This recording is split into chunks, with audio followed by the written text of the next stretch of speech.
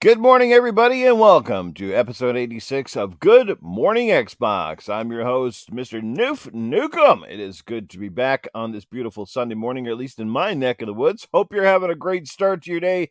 So grab your coffee, sit back, relax, and get ready for a good one. It is going to be quite the show today. We are missing a few panel members, which I might as well get that out there right off the bat. Axel couldn't be with us. I do believe he's away at some kind of a function or ceremony.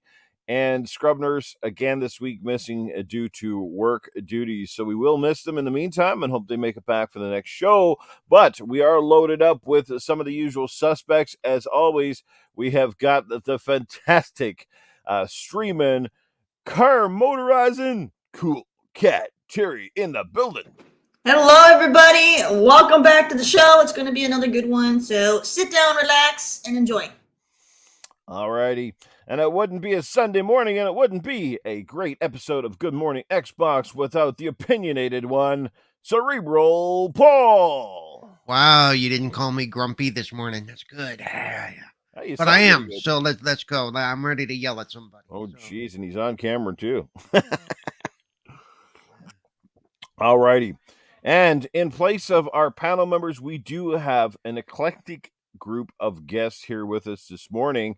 One who has, let's just say, been long overdue as a guest on Good Morning Xbox. He is definitely one of the finest gentlemen you will find in the gaming community, bar none.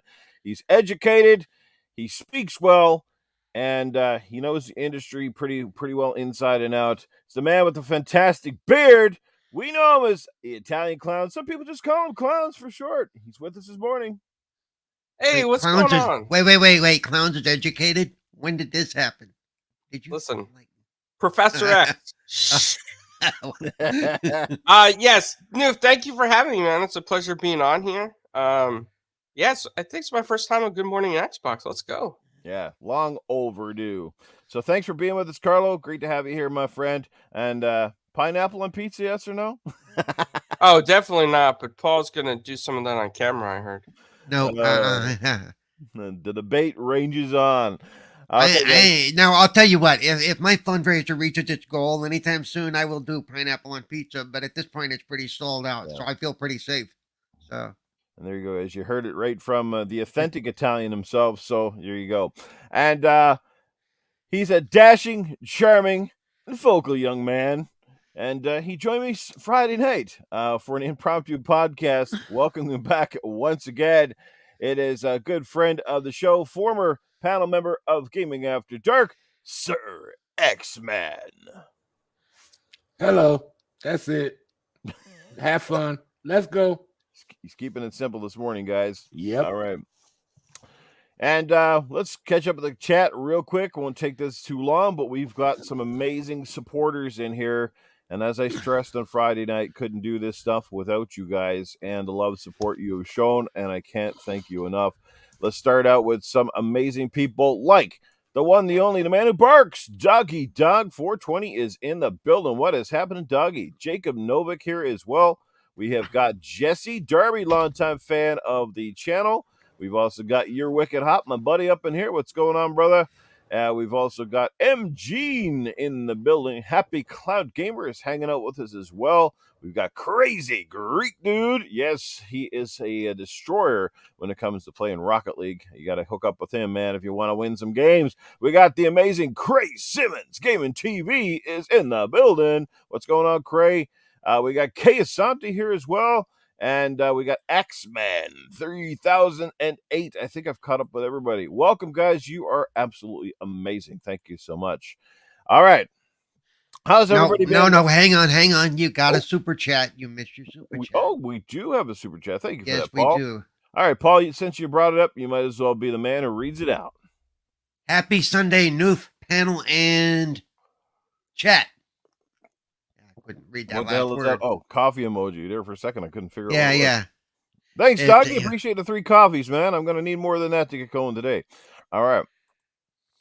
What's everybody been playing? What's been on the docket lately? Let's start with our guests and work our way backwards here. Sir X-Man, what games have been keeping you busy? You're muted. He does this all the time. These crazy people got me playing Halo. Oh, nice. Back I'm in having Halo fun. Infinite. I'm having fun. Nice, nice. What do you think of the new maps and all the new stuff added to the game? They're sick. Yeah, Halo Infinite is finally, after a couple of years, starting to look now like it's starting to come around, isn't it? I'm enjoying some of the custom maps that they've created, man. They got Nuketown. They made a Walmart. I mean, it's fun. It's fun. There's some crazy maps, man. Oh yeah, and the Forge stuff. Oh yeah, They made it's a awesome. Walmart. Yeah, they made a Walmart.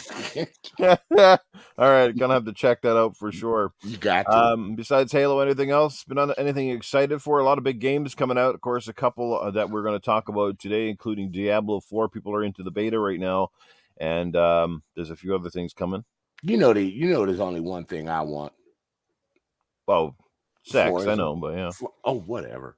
Forza, Forza, and Forza. And Forza. Everything else is okay to play, but I just want Forza. I think we all second that motion. Forza it is. Forza it is. And I still keep playing Vampire Survivors. So do a lot of people. Nice.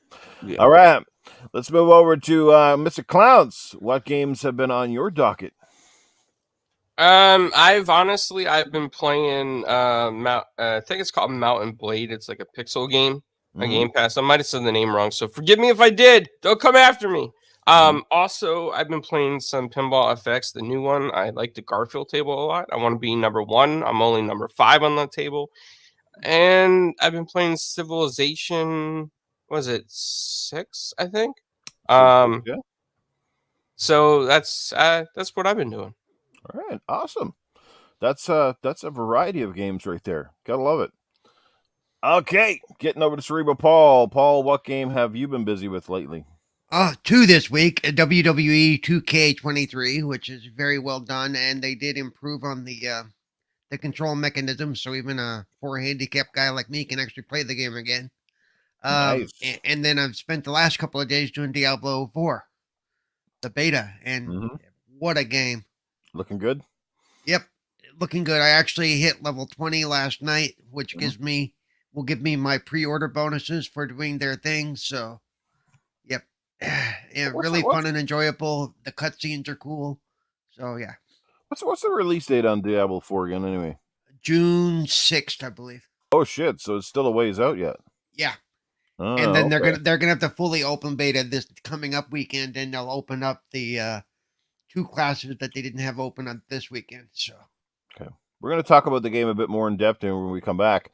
Yep. Let's get over to Coolcat Terri. Always interested to find out what she's been playing. And I do have a question for you, Terri. Are you planning to do a double dose of the Indie Spotlight this week since I kind of botched last week? Okay. All right. Just wanted to find that out for sure. Yeah, Indie Spotlight coming up today. Hopefully we won't drag it too far into late to the show. But yeah, she got a double dose because last week I flubbed the Indie Spotlight because she had to send it over to me. So yeah, we'll do it again this week. But what game you been playing? All right, so I actually got back into SnowRunner. They did some patching on the Xbox version, so it still has a lot of game crash issues for the Xbox version, but they've made it a little bit more stable. So now I can at least play for an hour at a time before it crashes. Unlike before, I was lucky if I could get 10 minutes before it would crash. so improvements. But it is a fun game with friends. So I just hopefully they can work on getting more stability because that game's been out so long and they still haven't figured out how to get the servers to work properly on Xbox. It drives me crazy. That is kind of crazy because that game's been out a while. Mm-hmm. Yeah, fix yo. All righty. Well, there you go. We definitely have a lot of variety in the chat. That's what's great about gaming. Like it isn't just an echo chamber of, oh my God, we're all playing the same game. Like every time the panel comes on, there's always some unique choices. Our guests always have some great stuff. And again, one of the beauties about Game Pass, there is no shortage of things to dip your toes into. There is no question about that. Yes, guys, for those of you who didn't know, I have Game Pass. So no excuses for me. I hope to try out a few more games here very soon. All right, but let's catch up with the chat real quick and see what they've been playing. We got Axeman in the chat that says the Dead Space remake, yes, which is not it's been out a couple of weeks now, and seems to be lots of people still enjoying it. We got the Resident Evil 4 remake too, just around the corner here, coming out next week, I do believe, and scoring some great reviews. That's going to be one of our topics as well. Yeah, and I'm with Jesse Darby. I'm actually excited about the AEW Fight Forever wrestling game, which has been delayed numerous times. Same. I'm hoping that comes out. Should be coming out soon. Because they had, I don't know, they had some kind of nonsense in the background that kept it delayed for a while. It doesn't look as good as the WWE game, I'll give it that. But for their first entry, I just hope it plays well. At the end of the day, that's what you want, right? Is playability. So I'm glad to know, Paul, you're enjoying the new WWE. I haven't bought one since I think the 2016 version. Just like most sports games, man, they just don't hold my interest, and I've been kind of losing interest in WWE in general over the last couple of years. So. Yeah. I will say there are some really weird quality of life, quality of game issues in it, and stuff that 2K you would think they would correct, but it is what it is. Yeah, dude. Ice Cream Gaming is in the chat, and she's been playing Destiny 2 after completing Lightfall about 2 days ago. So there you go, another game that people have been back into heavily. And speaking of Destiny and all things, again, rest in peace and a shout out to Lance Reddick, who passed away just a day or two ago. The natural causes. If you're not sure who he is, guys, he was Zavala in Destiny. Players have been gathering from all over the world into what do you call it? That the lobby or the wherever you kind of go to gather. I forget the name of it. But they've been gathering to pay homage to the late actor. Like I said, who's gone from us way too soon, and really, really sucky timing. I mean, well, when is death ever timely? But I mean, here he was just getting ready to start his promotional touring for John Wick 4, which comes out, I think, next week as well. And really, really sad. Really sucks. The man was just gaining steam in his career too. Like, I feel like he was sort of on that upswing, like, so for some actors, like, they get passed over for years, and then all of a sudden, they hit their stride, they hit certain roles that just kind of bring them into the spotlight. And I feel that was kind of Lance. I mean, he was showing up in a bunch of video games. I loved him as Silas in the Horizon games over on PlayStation. And like I said, really, really sad. Anybody have anything to add here on that? Well, and also for those who may not know, I mean, sure, everybody probably knows by now, but I knew him from like The Wire. He was amazing in that show. Yeah, you bet. On HBO. So yeah. Yeah, and it is, he's only 4 years older than me, and natural causes. That's kind of, Yeah, it's really sad, man. It's been a lot of actors in the last 2 years in particular. Seem like they just gone from us way too soon. Well, I think it just, in general, it happens. And a lot of those actors that had died, they were like 91 and 93. It's like, okay, at some point, it is what it is, Yeah, when you get past 90 years old, every day you're just counting your blessings, right? It's just like, hey, when is it going to happen? But any which way, guys, no matter who we are, where we are, just remember to, appreciate what you got while you got it. And that's why all this stuff, this nonsense, the crap I've been dealing with the last couple of days. By the way, shout out to Carlo and Clownz. Just some great advice from me as well. And I appreciate that Clownz have on my back, because people, they love to jump on you with so much vitriol, and they just assume. Look, if people want to have an opinion about me based on the content I make, that's fine. But I don't like people making an opinion about me before I've even made such content or said content. They just assume I'm going to be like A, B, and C gamers because they went a particular route. And I was saying this to my buddy last night. I said, I've been doing Xbox podcasts generally for how many years? And does anybody see me slamming the PlayStation constantly when I'm on an Xbox podcast? If you can find the evidence, please, because it's very rare.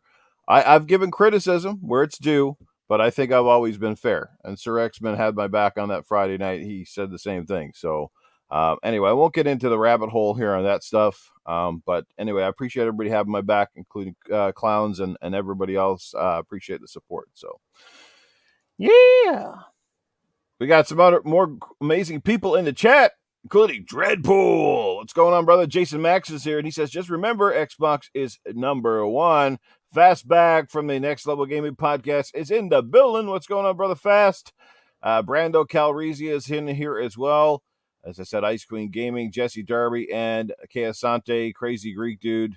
You're Wicked Hot, and Doggy Dog, and many, many more. So thank you guys for spending your Sunday morning with us. And let's get right into topic number 1. Supersonic Station in the building. Hey, brother, what's going on, my brother? Good to see you here. Eternal SHADDAI is in the building. What's happening, SHADDAI? SHADDAI, if you can make it back next week for next week's episode, bro, let me know. It'd be great to have you here. But anyway, let's get right into it, guys, and let's talk about Diablo 4, one of the most highly anticipated games in a very long time. They've been hard at work over at Blizzard, getting this game ready to launch. It is, from all intents and purposes, from the people that have been playing the beta so far, from the feeds I've seen on my social media, it seems like this one is going to be a really good one. Open floor on this one. Whoever's played it, because I have not. I can only go based off my experience with Diablo 3, which I did enjoy but never finished. I'll admit that, fraud alert here. But I did enjoy what I played of Diablo 3. So let's find out how people are enjoying what they've seen of Diablo 4. What's different? What can we expect? What are you hoping for? And will it be a day one purchase? Who wants to jump in here first? Yo, anybody? Sir Wow. Man. Am I the only one who's played it? Am I the only one who's played it? Probably. Oh, Wow. my God. Yeah.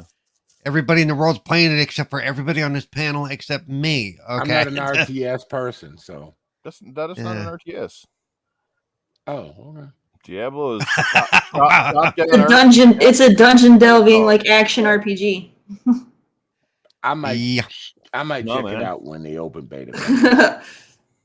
No, you hack, you slash, you cast magic, you find all the loot, you power up, and rinse, repeat, and go kill some more demons. Sounds It's like sounds like Yeah, Hogsworth. Yeah, it's mostly a dungeon delver. Yeah. Yep, and I will say the dungeons are gigantic. They really are. And the graphics are great looking. Yeah, I just think in general it plays a lot like Diablo 3, and so if you enjoyed that, you're probably gonna enjoy this. I really don't, as far as what to expect and stuff, I really don't know. I'm not as much as I played Diablo 3, I'm not a Diablo 3 aficionado or anything, can tell you what's Right. different. The cutscenes are very well done. Like I said, the dungeons are, in Diablo 3, when you were outside the dungeons, it was always dark and gloomy. Here, you're more in a snow encapsulated or a cold area. It's sunlight, and also you do have night and day and stuff like that. It's really cool. They've done some quality of life improvements. If you mark a spot on the map, it will path you to that area correctly, so you don't have to try to guess how to get there. It'll actually tell you. And that's on the outside world. Inside the dungeons, it will not do that. So, you still have to get lost inside the dungeons, which is cool, to be expected. I do remember Diablo. I do own it. I just forgot about it. I forgot what kind of game it was. I played it with my friends, so I know how Diablo plays now. I apologize for calling it an RTS. There's so many games. Man. You're old. We'll forgive you. There's so many. I'm only a few months older than you. What are you talking about? Yeah, but you act so much older than me. So that's because I'm more mature than you. Well, that's okay. I mean, yeah, there's a lot of dust bunnies growing between those two. Yeah. Hey guys, I hate to do this, but a family situation came up. My daughter keeps calling me. Oh, so I got to get off because it's gonna be constant calls back and forth. All right, I'll pretend I'm you while you're gone. All right, just talk about golf with friends too. No, it's not gonna happen. No. Hey, do me a favor between those calls, Carlo. I got 2 interviews that I'm still waiting for you to post, and 2 people that are messaging me asking when they're going to see the interviews. So, just DM me, Paul. No problem. Newf, I'm sorry, man. That's all right, sorry, brother. guys. Okay. Family duties call. I know you got to get going, so I won't keep you. I'm just gonna say, man, that's fathering duties. Everybody thinks that the Souls games are hard. Nothing can be harder than parenting sometimes, right? Right. Yep.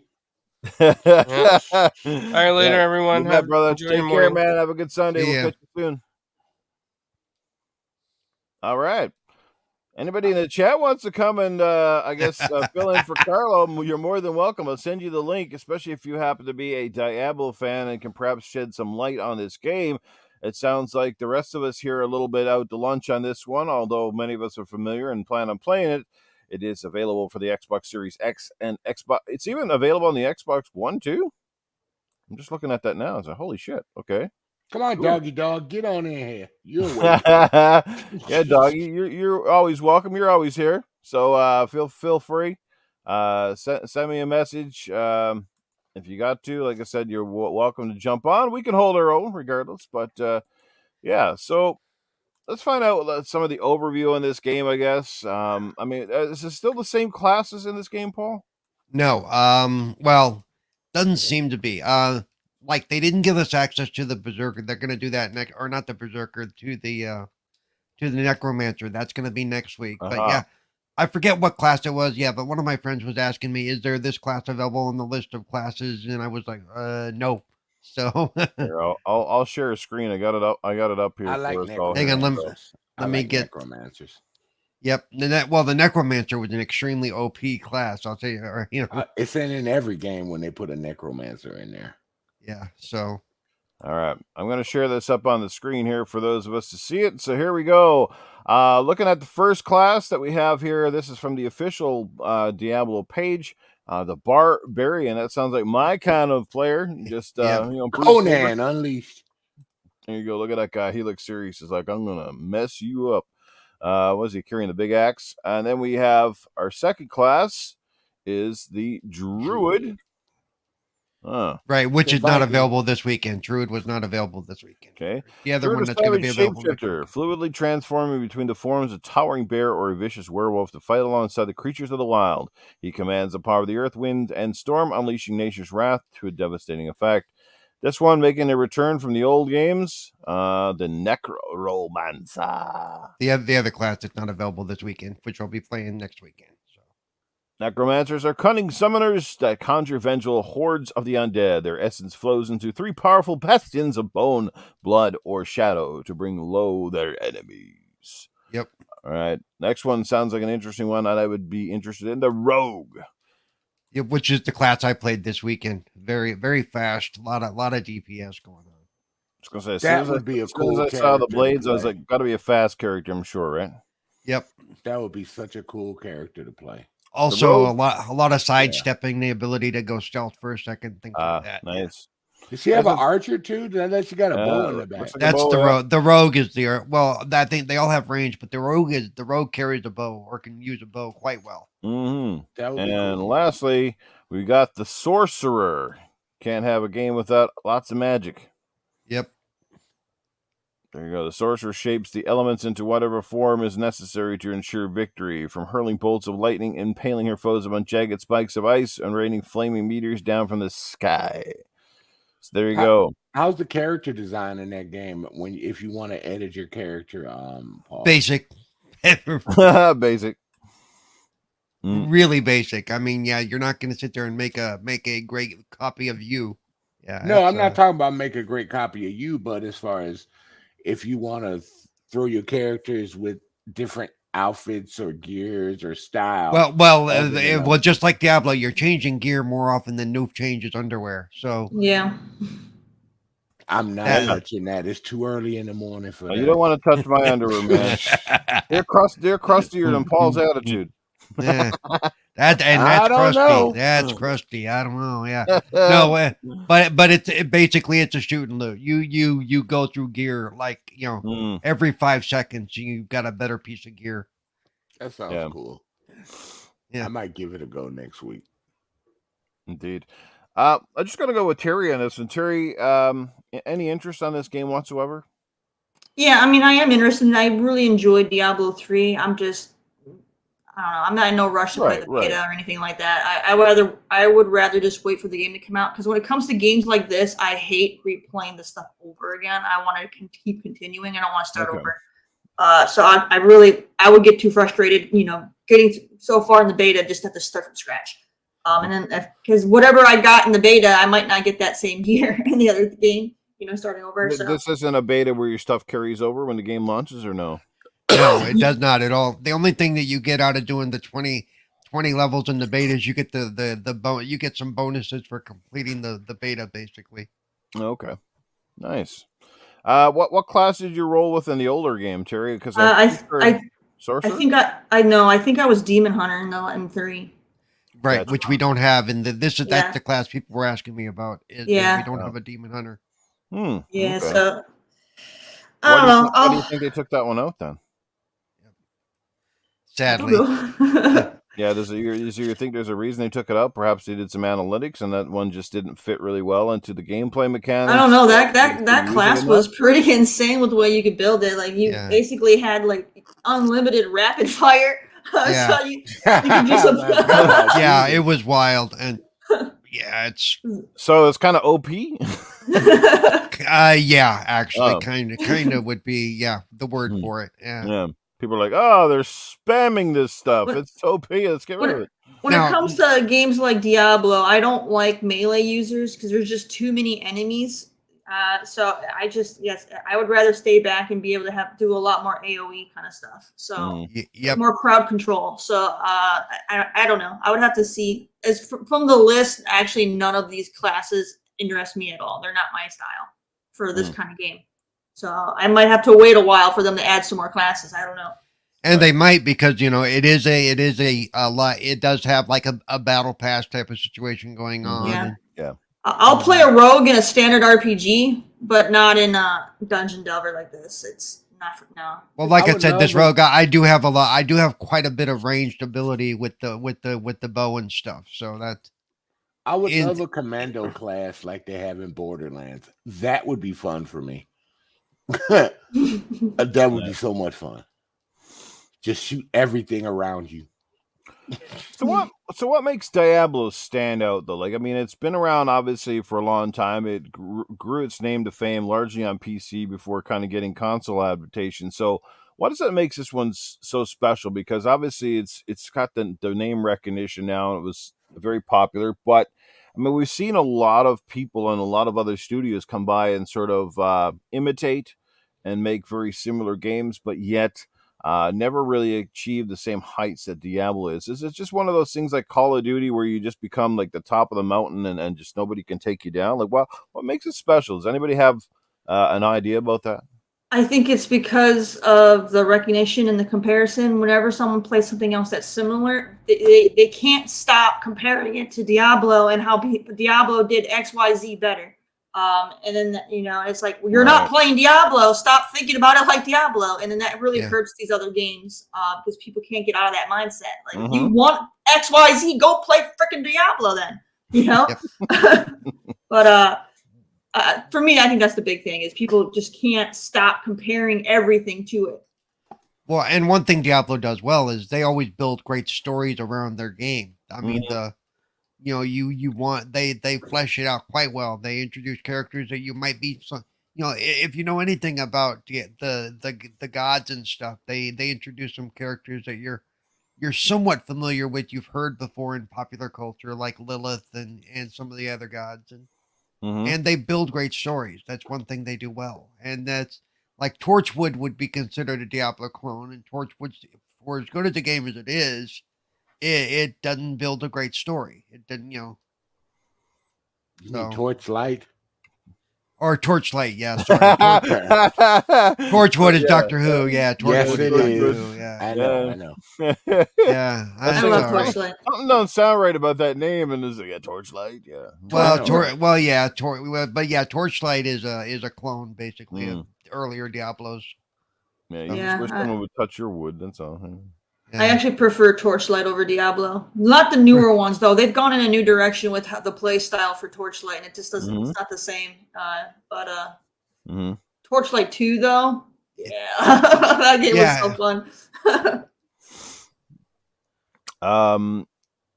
Yeah. Do you think it's the setting as well that really makes this game special? I mean, because other games sometimes we've seen variations of the formula, but they're sort of set in different settings, and this is just one of those. I guess it kind of never really gets old, fighting the devil and the demons and all that sort of stuff. Yeah, the setting for me isn't unique at all. It's been played to death and everything under the sun, so it's nothing special. You know, how many dungeons can you go into? You know, they're all crypts and caves, like the old. You know, it's nothing special. Well, no, they're. In fact, while I'm on camera, I'm playing it right now, and there's one there's one set of levels they did that just it's like you're walking through somebody's intestine. But yeah, Yeah. it's rather squishy, but it's cool. Yeah, it looks cool. Well, one of my Oh. most favorite Diablo clone-like games I played in recent years, I'm gonna have to give it to The Ascent. That game was a lot of fun, but it felt very similar. Looked totally different. You know what I mean?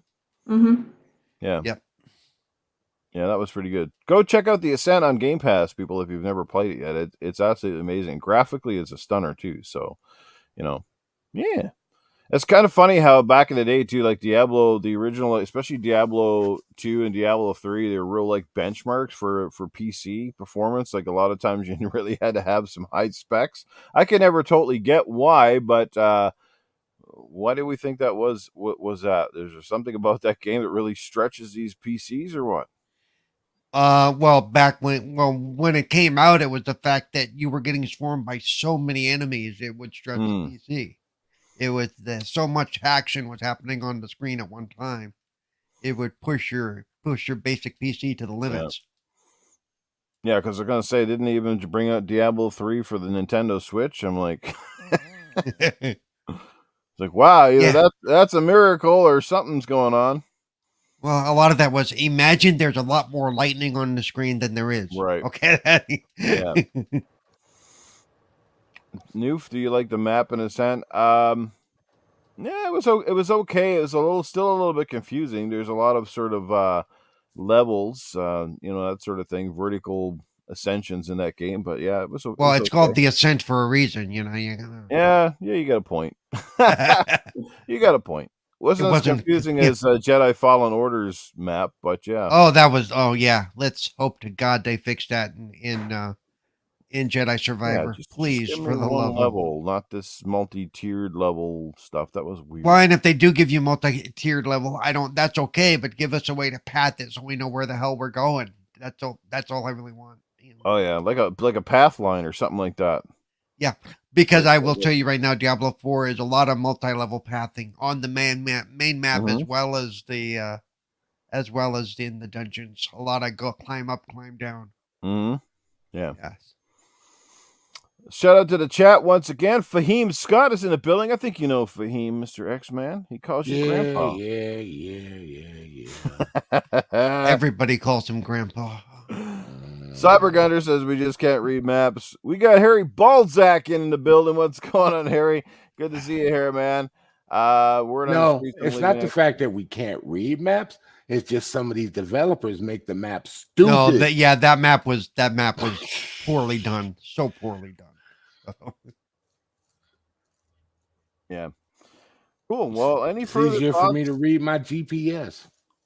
I mean, I'm going to sit here and get to the point where we get stagnant and boring on the subject. Any further thoughts on Diablo 4? I mean, who's picking it up day one, I guess? Any day oneers here, or it's just kind of a wait and see kind of deal? I will probably have it day one, but I have a friend who wants to play it a lot when it launches. And so, and we're going to have time between Diablo and, what's it called? The vampire game that's coming out that everybody wants to play on Game Pass. So, what is it? That red Redfall thing. Yeah, that Redfall thing. Yeah. Hey, Axel in the chat. What's going on? Yeah, Redfall looks good, man. Hopefully be able to try that one out. Yeah. I was just gonna say that's just on him, man. Didn't get to hear. I don't know if Colt even came out and talked about Redfall. I know he was down to the special presentation thing, but I don't remember him saying anything about it yet. He probably can't. He's probably still under non-disclosures or some crap. But I'm not a vampire person, so it's or a zombie person. So I'll play with my friends if they want me to play and download it, but that game's not my thing. Well, it's on Game Pass, so no risk, no fun. Be honest, just because the game's on Game Pass don't mean I want to download it. If it's not my joint, it's not my joint. Mm-hmm. Yeah. Back to the chat real quick because we got a few more super chats coming in. First of all, Matty Burns is in the building. What's going on, good brother? Good to see you here as well. We got our good friend of the show and host of what's it? Jeez, why am I drawing a blank here all of a sudden? Dirk Griggity's in the building. What's going on, brother Dirk? Dirk Griggity. And whatever show it is that he hosts every week. I'm Yeah, just whatever. trying to play because on Monday nights. What's the name of the show again? I don't know.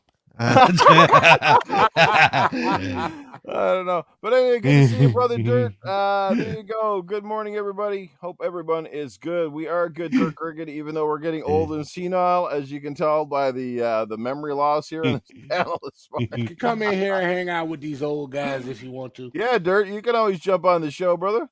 Mr. Kima's in the building. Jago Kukin here, Supersonic Station hanging out with us and having an argument with Jesse Darby. But VR, Jesse, you will not win that argument with Supersonic, sir, because he loves VR. Yeah. There's only one guy that I know that loves VR more than me. That's Supersonic Station. He's a big purporter. I love it. But back from the dead's hanging out with us this morning is a Harry Ballsack is here. General Spartan in the building. What's going on? Zero Cool is hanging out with us. Brandon Carizia. Yeah, we got a great crew. Axel in the building. What's going on, brother Axel? We miss you. Hopefully you'll be back next week. And we have another super chat coming in. This one courtesy of Jacob Novik with an SEK 50. You can go ahead, Paul. No, because I'm serious. I'm playing while we're talking. I'm playing Diablo 4. Terry, you want to read it? We got 43 Go ahead, people Terry. here. Want me to read it?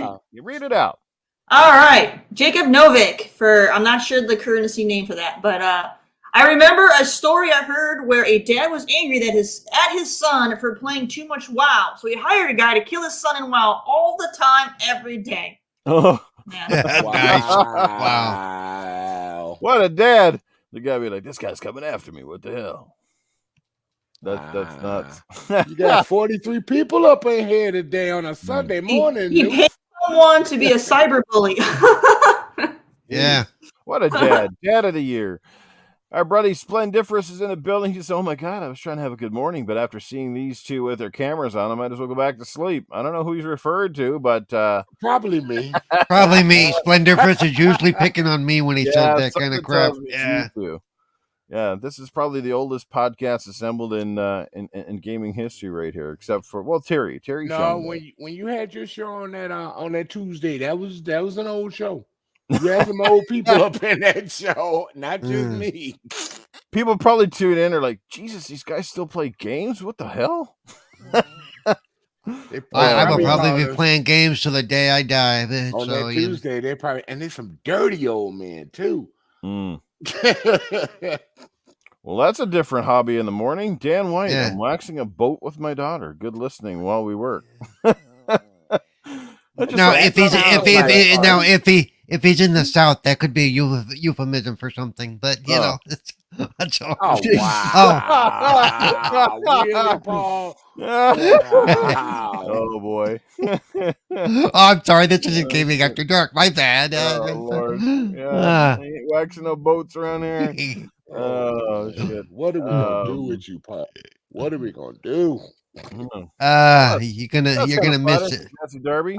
If I remember back in the day, I watched your stream Last of Us, and that's what made me buy a first PlayStation. Hey man, if you watch the stream or any of the podcasts that I do, and it just makes you enjoy the fruitfulness of gaming even more, by all means. Like I said, why limit yourself, man? Like I always say that to people, just enjoy all the consoles, enjoy all the different games that they offer us and bring us, right?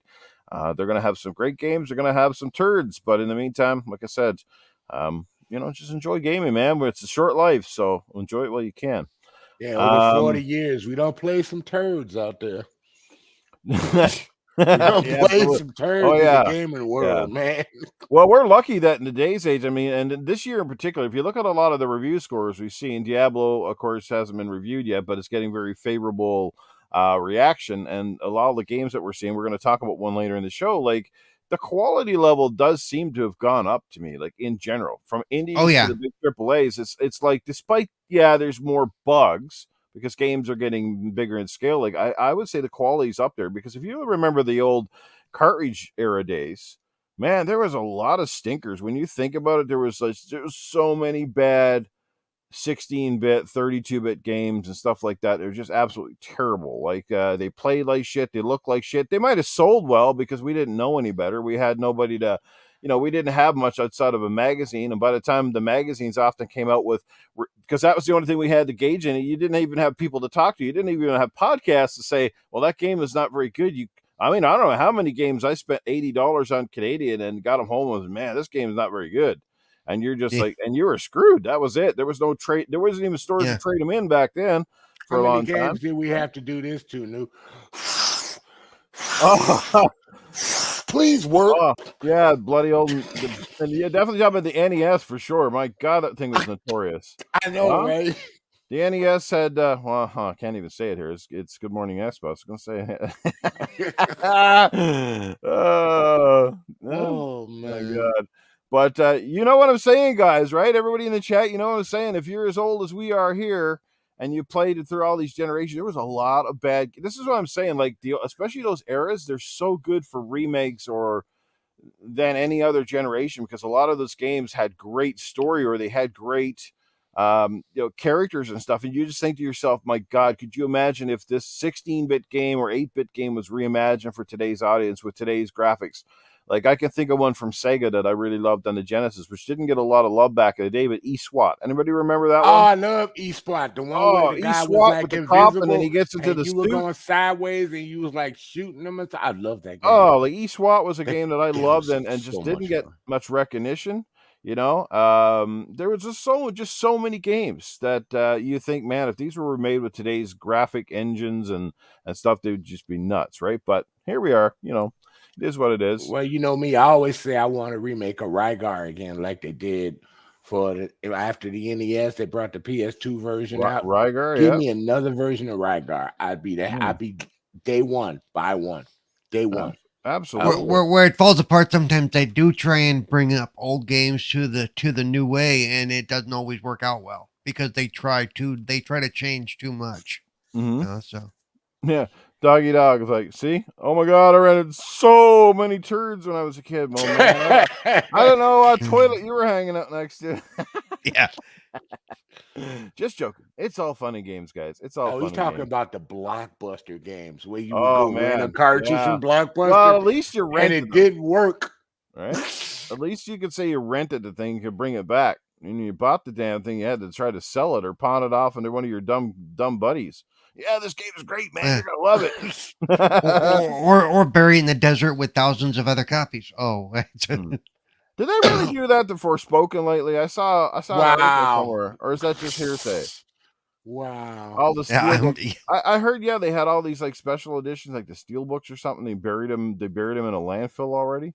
Did they already pulled an ET on them? Really? I saw it somewhere. I shit you not, and I was like, "Are you serious?" I was like, "Wow." I was like, "Damn." You know what's sad? There have been so many games that was actually worse than ET since after ET, man. No, there weren't. ET was pretty bad. If you go back and really look at it. I got 4 copies of it. I know. Oh, man.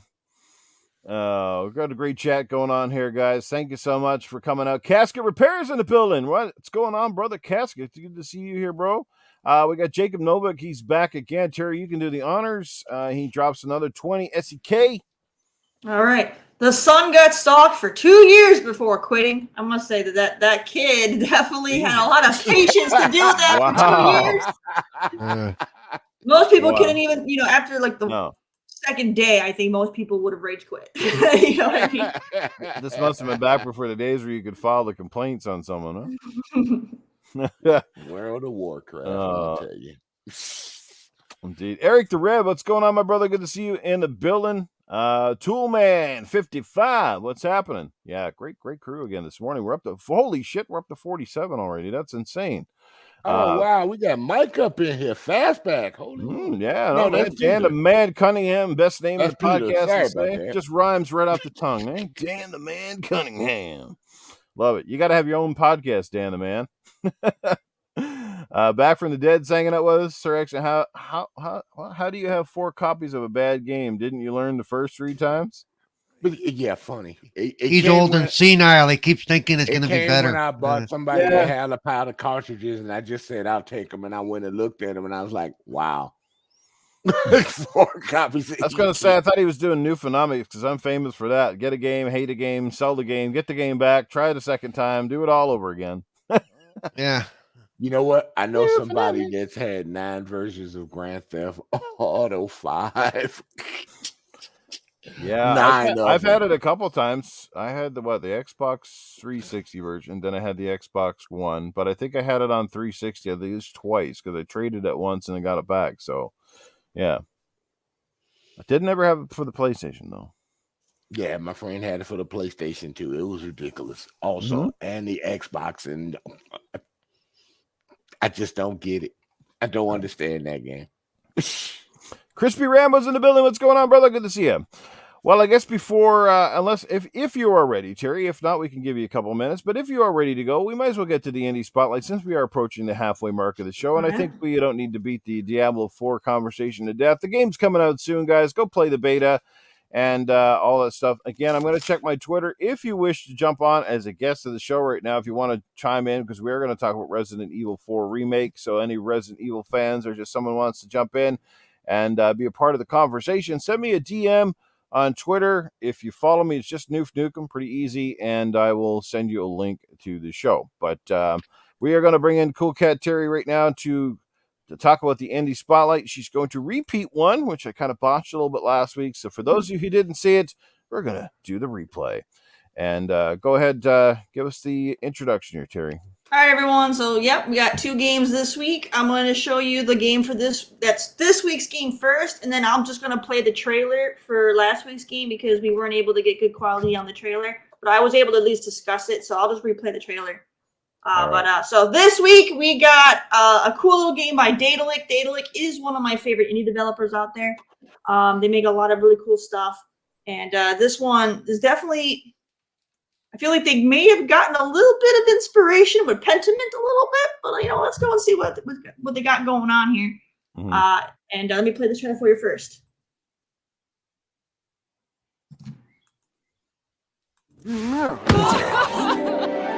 Seven facts about the Inculinati. Who are the Inculinati?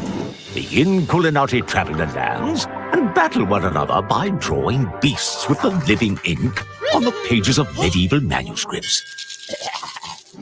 The living ink is a precious substance. Use it to draw an army of your own beasts and replenish it when slaying your foes. You draw in this game? Really? Skillfully command your beasts. Use positioning to advantage and attack your enemies. Be sure to harness your beast's special abilities. Is this game basically a strategy game? Time your attacks with deadly precision. Timing's everything. You got that one right. The hand that wields the quill shall not only summon beasts, but also deal damage, shove beasts around, and heal the wounded with a gesture. Did I just see a donkey with a trumpet up its back? Embark on a journey, visit unique locations, collect gold and prestige, build your own bestiary, defeat medieval superstars. That's interesting. Collect perks to unleash hidden powers. Maybe one day you'll even talk to a goose. Oh, and you can duel other Inculinati in a hot seat mode. Choose the right manuscript for you. Set your preferences and duel until all ink is gone. I'll duel. I'll hot seat the living ink out of you. Memento mori. The impending apocalypse is nigh. You think Latin makes you sound fancy, huh? Hellish fire or a deadly plague. Even the most vicious battle will come to an end. Those who live by the ink die by the ink. But the story lasts forever. Where do I get it? Do I need to sign up for it? See what I in there? A curse on thee, O pen. Just let me play, okay? All right, so Inculinati. All right, so this one, it's available on all platforms. It's in early access right now, so just keep that in mind. It's a turn-based strategy game where there's lots of tactics and it's got plenty of humor in it. So enjoy that. And I love how they took a medieval like art style, from 700 years ago, and that was their inspiration for this. It's very cool, and it's going to be a $25 game, but it's currently 25% off on Steam, and you can also play it on Game Pass right now for the early access. So go ahead and try it out, see if you like it. If you're into strategy type games, good stuff there. All right, let me go ahead and switch it over, and we'll play the other trailer really quick since we didn't get good quality last week. So this was last week's game, Severed Steel.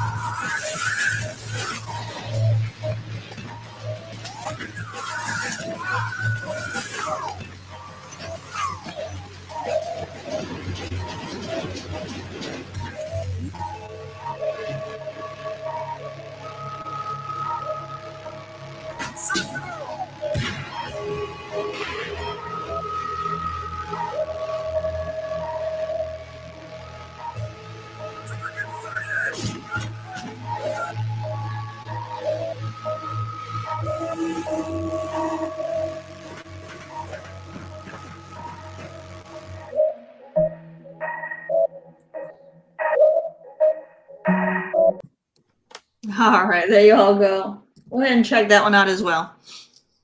Severed Steel, Inc. Illuminati. Double dose of the indie spotlight this week with Coolcat Terri. Go check those out if you get a chance. That the Severed Steel definitely looks kind of cool. Kind of got a bit of a Titanfall vibe going on there. Yeah, I would definitely recommend the trailer. They had the music really low in the trailer, and they have a really good music in that game. I would suggest cranking the music up and turning all of the sound effects down a bit, so you can really enjoy it. That Ink game had more farts than you did, Noof. That was cracking me up, dude. Yes. When I saw the horse or whatever, and he had the horn up his butt, you know what I thought of? American Apple Pie 2. American Pie 2. That's what I thought about. Apple Pie, American Pie, whatever. Yeah. Oh my God, the senilism is coming up strong today. By the way, Dirk Griggity's podcast is We Bleed Green. My God, I couldn't believe I forgot that. Shout out to Dirk Griggity. Amazing little podcast that he runs on Monday nights. Yes, if you want to find a podcast with a lot of humor in it and a guy who definitely shells it out to the ponies, he gives them the heyday. I love it. Check it out. We Bleed Green. Yeah, Dirt's a funny guy, man. I love Dirt. He's awesome. Let's keep rolling along. So, shout out again to the chat. Guys, you're amazing.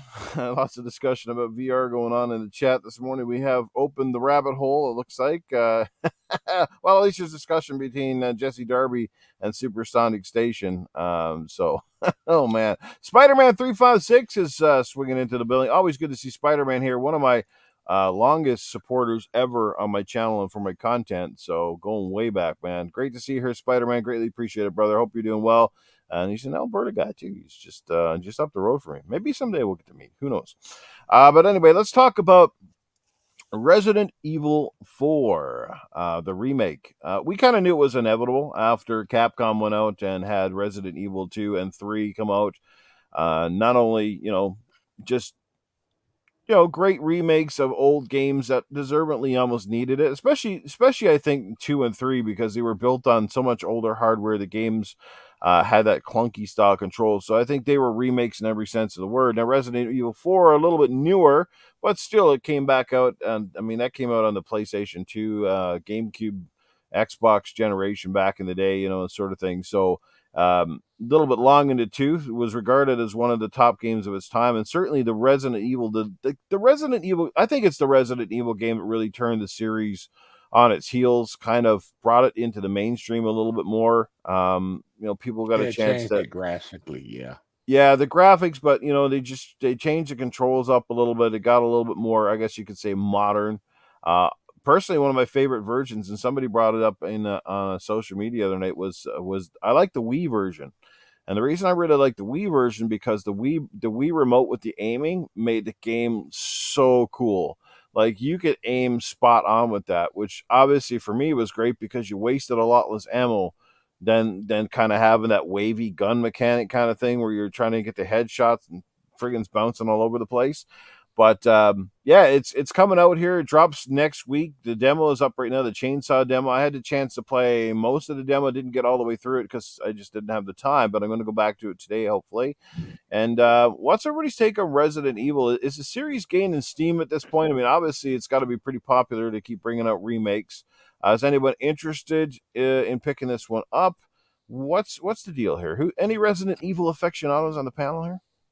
I might pick it up because I played it on the GameCube when it first came out, and I couldn't do the controller. The stagnant just stay there and shoot was still there like the previous Resident Evils, and I just couldn't do that no more. I beat 1 and 2 Resident Evil, but I just couldn't get into it with 4. I mean, graphically it was so much better, but the stagnant just stand there and wait for them to beat you up and you couldn't move and avoid them. That was the part that kept bothering me so much about Resident Evils over time, because there were so many games that, you know, in between Resident Evil 4 and the previous games gave you movement while you were shooting. And they never changed that formula until like later Resident Evils. And, you know, this one, I might give it a shot because it looks like it's a lot more fluid in your mechanics and your shooting and your moving. So that might make me jump into it. I still want Capcom to give me another Dino Crisis, but you know, or Code Veronica, but you know, I can only dream on those. You know, that's it. That's how I feel on it. I might give it a go and play it. Yeah. Paul, do not disturb. Is this outside your realm, Paul? I mean, I'm curious with you to know, like, have you ever jived with the mechanics of the Resident Evil games? I played, in fact, I have the more recent Resident Evil games, and I've gone back and tried to play the remaster of the original. They're okay. I enjoyed, you know, the lady, what's her name? You know, the big gigantic, in the most Badunka-dunk? Yeah, yeah. Yeah. But that's a game where I had issues with more than anything, I had issues with the mapping. I spent a lot of time wandering around town going, where the hell do I go? But I will probably check it out. I won't buy it day one or anything like that. It will definitely, but you know, if anybody I will wait to see what other people have to say and then go, it sounds interesting. Yeah. But yeah, I'm not going to be a day one purchaser of it or anything like that. So. Do you guys prefer Resident Evil from the first person or the third person view? Third person. Third person. Third? If I want to get my pants scared off, first person. But yeah, third person third person's better for fighting and what's going on around you than first person is. Yeah.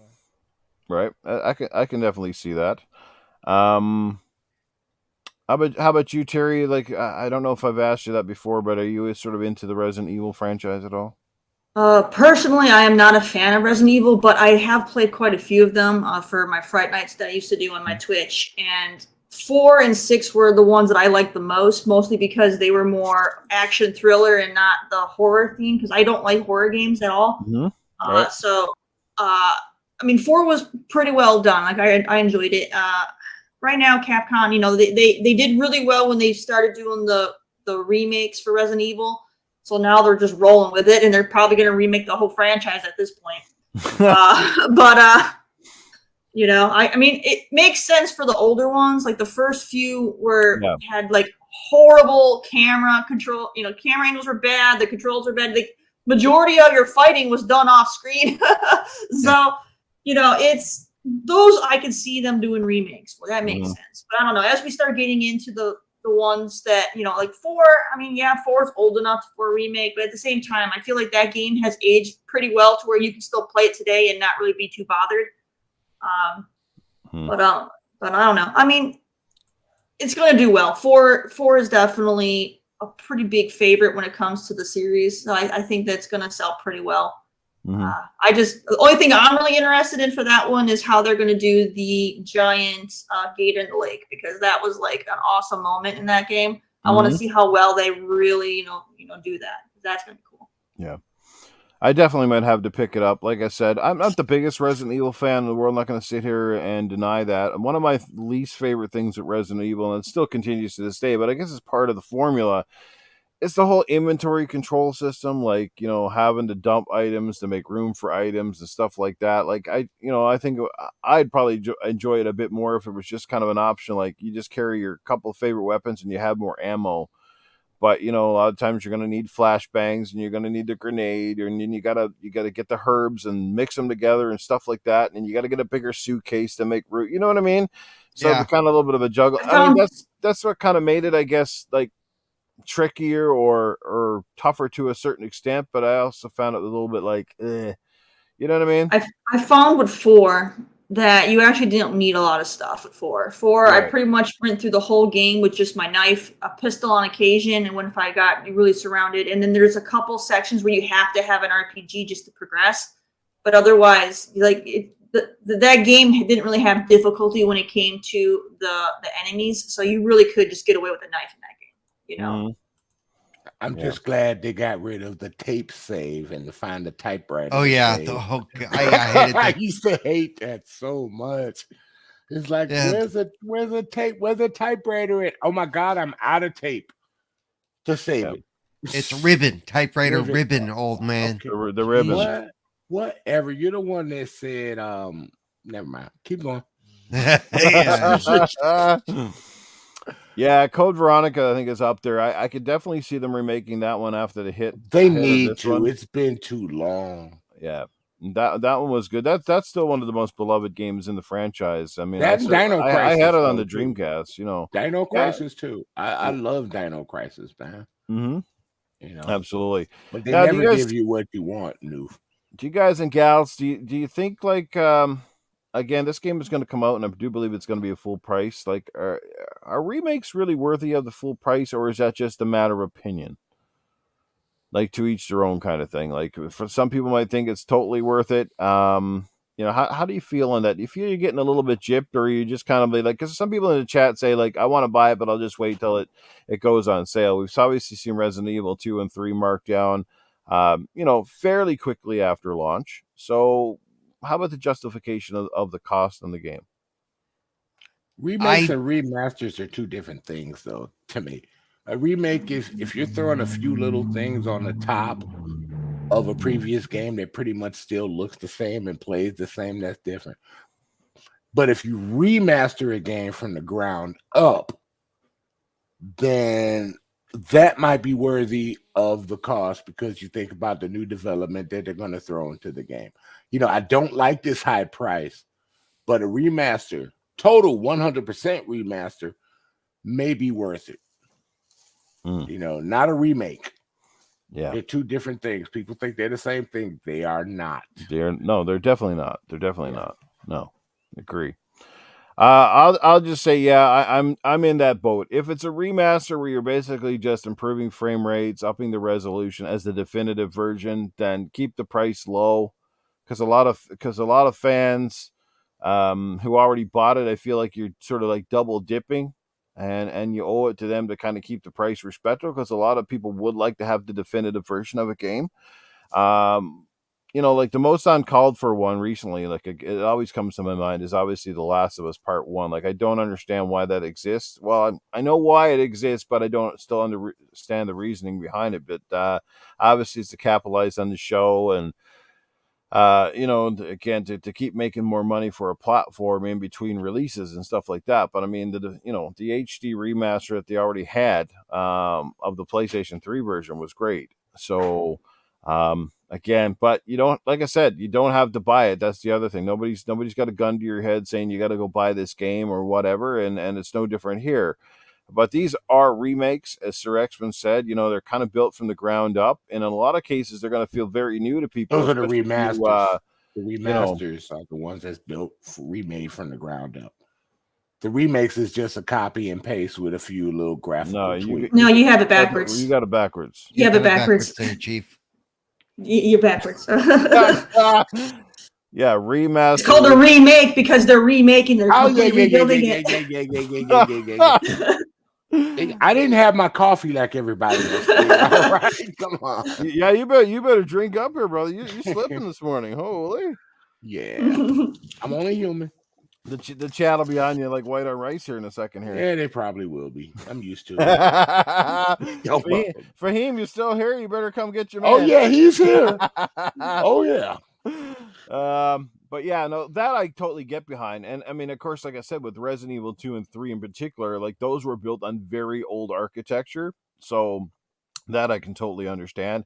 You know, and even the Mass Effect one, Terry, I don't know, what would you call that? That was kind of was it a remake? It was definitely not a remaster. It was more of a remake, but not like a full build remake. It was kind of in between a remaster remake because it was pretty much a remaster, but they did add some things to the game that the original didn't have. Well, especially the original. Holy. You know, so they added some missions, if I remember, that weren't in the originals, so that makes it more of a remake. But and they fixed a lot of the controls. Yeah, they did a lot of serious quality of life issues. Yeah. Oh my god! One, I was like feeling so. And you got 3 games, or sorry, I'm like 4. You got 3 games for the price of 1, right? And I want to.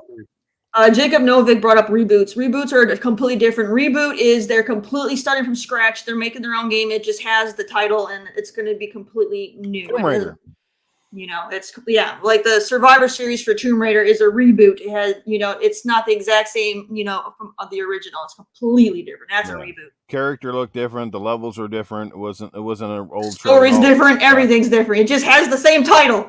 Yeah. And technically, these newer Tomb Raiders that had come out, the last 3, they're technically prequels.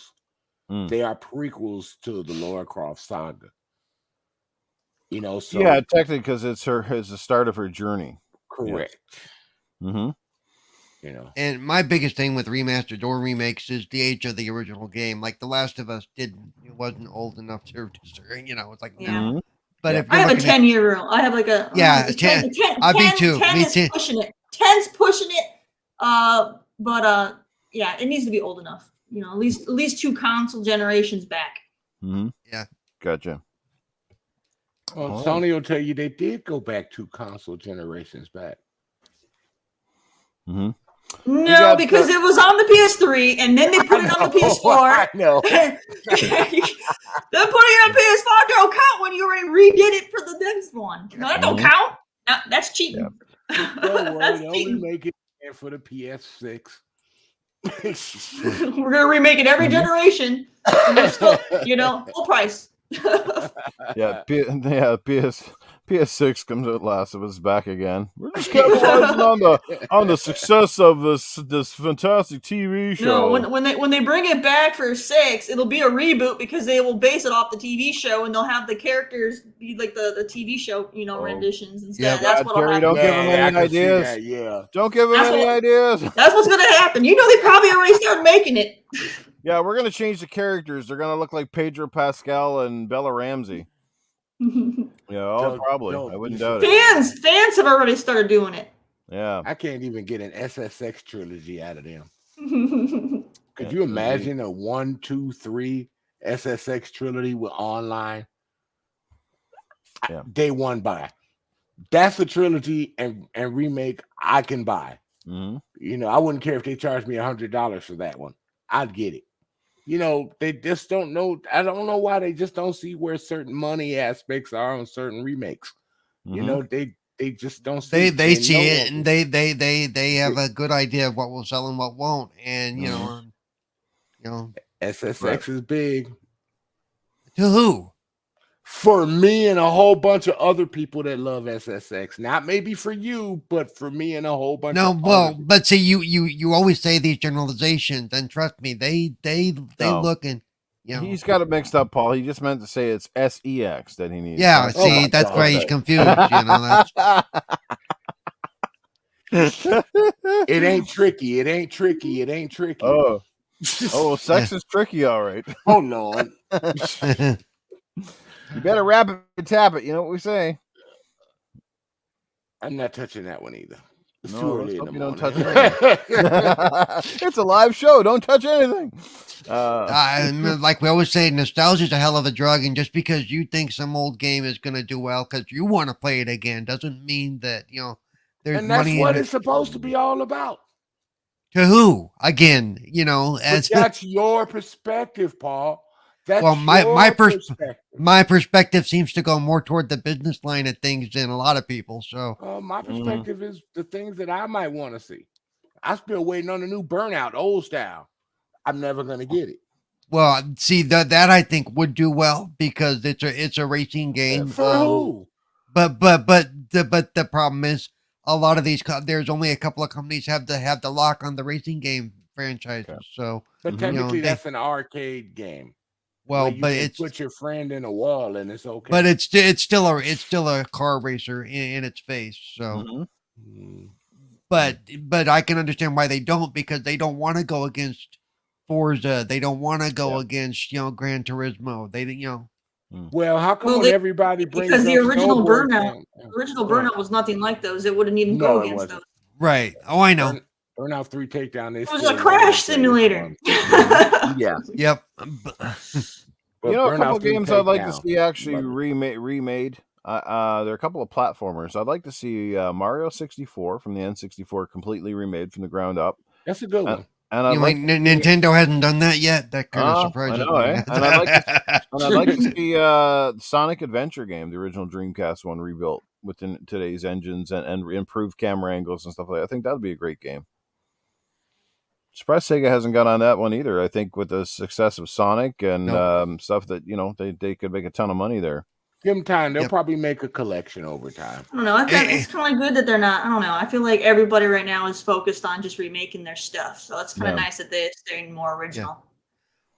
Also, always remember when it comes to a lot of these older titles, a lot of it does come down to licensing and stuff like that. And they're releasing same-sex version of 3-pack. I know they made it limited, so it sold out. I'm quite aware on that one, Dizzy Delty. I was kind of saddened by that they really did like no additions to those at all. They were just the same old games packed on one card. It's kind of sad, but it is what it is. I guess it's not surprising for Nintendo. Come on, Tony Hawk 1 and 2 remaster were incredible. That was good. That was good. I love that game. Yeah. We're talking about that Mario collection that came out like 2 years ago there.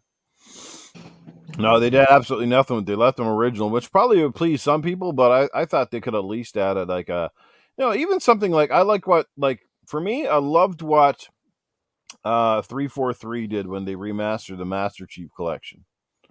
Right? That was awesome. That was a nice running good now. How you could press the back button or whatever on your controller and it would show you the old graphics. It was playing just like playing the original. Then you tap it again, and all of a sudden you had you could totally. That was a great way to totally see like how much they added and the fidelity of like the newer age engine and stuff. I love that. I mean, despite all the problems MCC had, they did that. They did that with the like Grim Fandango and those and Full Throttle too. Where you could toggle between the two and see, okay, now I see why it looks so much different, and this is that's how you do it, man. Like I'm telling you, when it comes to stuff like that 343 killed it. That way, that's one thing we can't argue with is that was just awesome to play those games like that. Well, I gotta say this, Tim Schafer, give me your Brutal Legends 2, please. Okay, I'm done. Yep. Yep. I got to get back and play some more Halo collection. That was fun. Community game nights were great with that game too, by the way. So, oh gosh, especially when you do Halo 2 and put you on Lockout. Oh, I love the Lockout map. So much fun. I know. I'm telling you. Masshole's in the building. What's going on, man? It's been a long time. Yeah. There's been so many great. I mean, another good. This was actually a remake. We were talking about Tomb Raider, Terry. When they actually remade, they did it for the PlayStation 3. They did the remake of the original Tomb Raider game with new Anniversary. So Anniversary was the remake of the Tomb Raider 1. And then they did the reboot with Tomb Raider love that game. Remember Tomb Raider Legend? That was good too. Yeah, I beat them both. Oh, the storyline at the end. I'm not gonna spoil nothing, but it's a good ending on Legends. Yeah, those games are fantastic. Like Like, and they've aged pretty well. You can still go back, and they're still just as fun. Yeah, because that guy at the end was a douche. Yeah. Yeah, see, like, the old Tomb Raider games. I don't even mind the old graphics when I'm playing it. Was the play control that just to me just frustrated the piss out of me. Like, oh yeah, no, the controls, like, and you went realize back. how bad they were. You realize how bad they were till you go back. I went back to play the originals, and I'm like, how in the heck did I play this as a kid? I can't even jump to the very first platform. Like, I can't play this game. You know, you had to have that jump just so you had to do the double step shuffle and then hit the button. To me, the classic Tomb Raiders are unplayable. I just couldn't go back and do them. It was just I play them on my PC. I've got it configured where I can play them on my PC. Now I got all the Tomb Raiders on my PC, so I'll just play Anniversary. I can't do the original. It's no. The originals are fine rough when I'm playing with my PlayStation 1 because you're kind of so used to it because you didn't have the analog sticks at that time. All you had was there you go. That's a great trilogy that you'd think that somebody would get on and actually remake the first 3 Tomb Raider games, Tomb Raider 1, 2, and 3, and put them in a package. That'd be freaking cool. I'd buy that. Yeah, do them with the new age controls, but sort of the same homage to the original character and the same level design, essentially, and just improve them for today's audience. That'd be cool. Tomb Raider 2 would be perfect for that. I love the way. Yeah, I don't like the idea of remaking a remake because the first one's already been redone. Right. Yeah, they could do two. They could do number. There's talks that the Coalition is actually doing the same treatment to Gears 2 and 3 that they did with the Ultimate Collection. You guys think there's any weight behind that theory? I haven't seen enough about it to think there's any weight behind it. It'd be nice though. Yeah.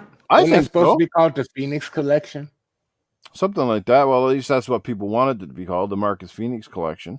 Just don't let that I think it's done. a good time to do it. Honestly, I think it could again satiate that want for as long as it doesn't take up too much resources to kind of get it done.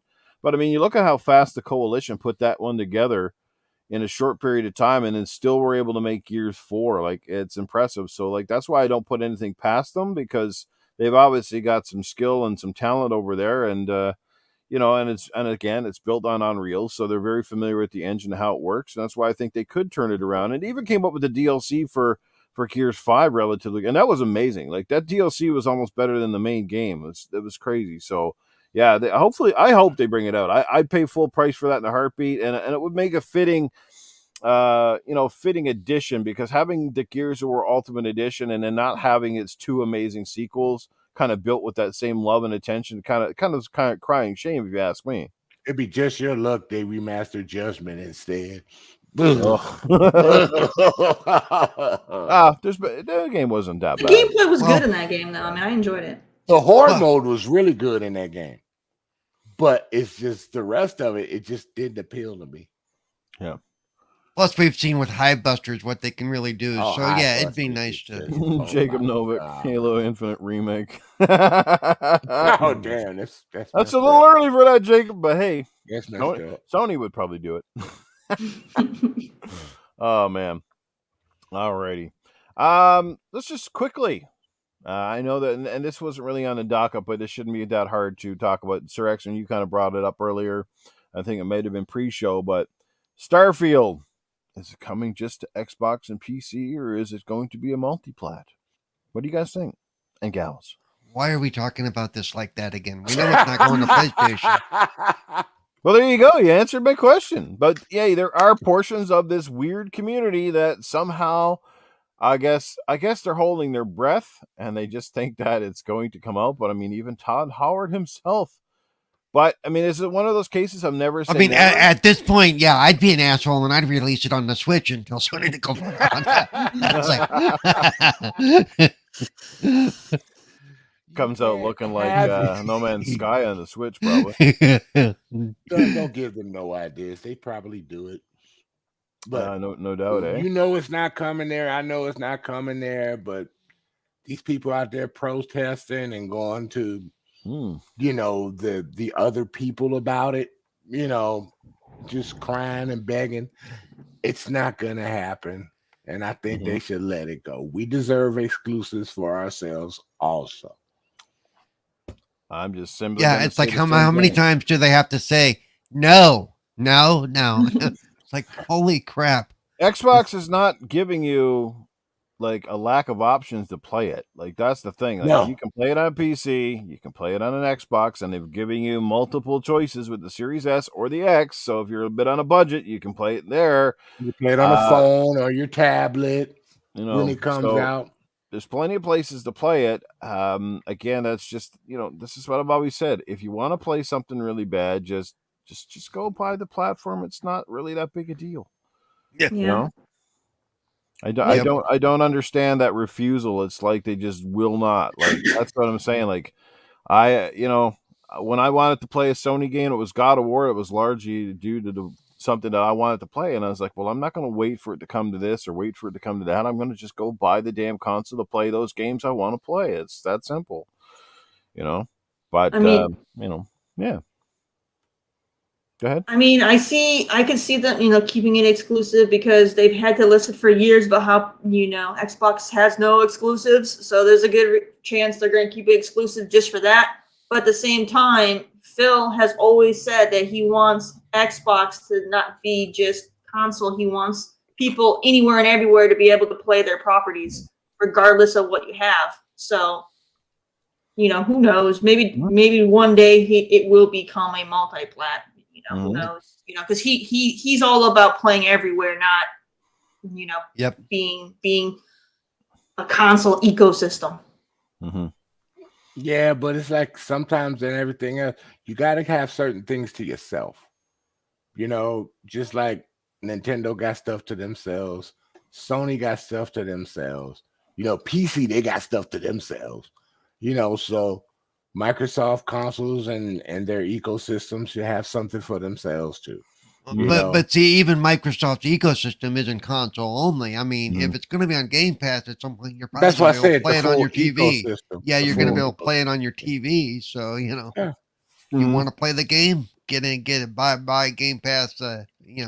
Ultimate, whatever version, Ultimate, you're going to need, or buy it off of Steam because most Xbox games, a lot of them go right to Steam. They haven't said anything about that in regards to Starfield yet. So no, Starfield will be on Steam. It's a Bethesda game. It's gonna be on Steam.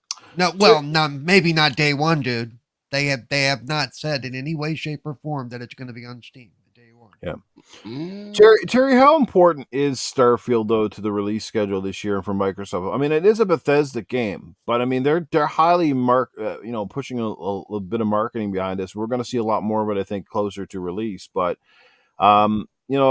we know it's going to be a commercial success out of the gate. I think it's largely because again, it's on Game Pass, so why wouldn't millions of players play it right out of the gate? And I'm pretty sure the hope is for Xbox that Starfield is one of those games that drives the subscription service. It either gets renewals or new people into the ecosystem, but it just gets you in. And I think that's what they're hoping for. And I think that's what they're hoping for with a lot of their big AAA, the day and date kind of stuff. And I mean, that's largely why Game Pass is massively successful already, because that's one thing that nobody else is doing, is that giving those big games the day they drop. I mean, it's almost a no-brainer. So do you think it's this is really that important? Because I think it is. Like, I think they need a bit of commercial success here, and they need a bit of critical success. Like, they don't want this game to come out and kind of get review bombed, which it probably will get review bombed by a certain contingent, I'm sure. But they'll find something wrong with it regardless. But what do you think here?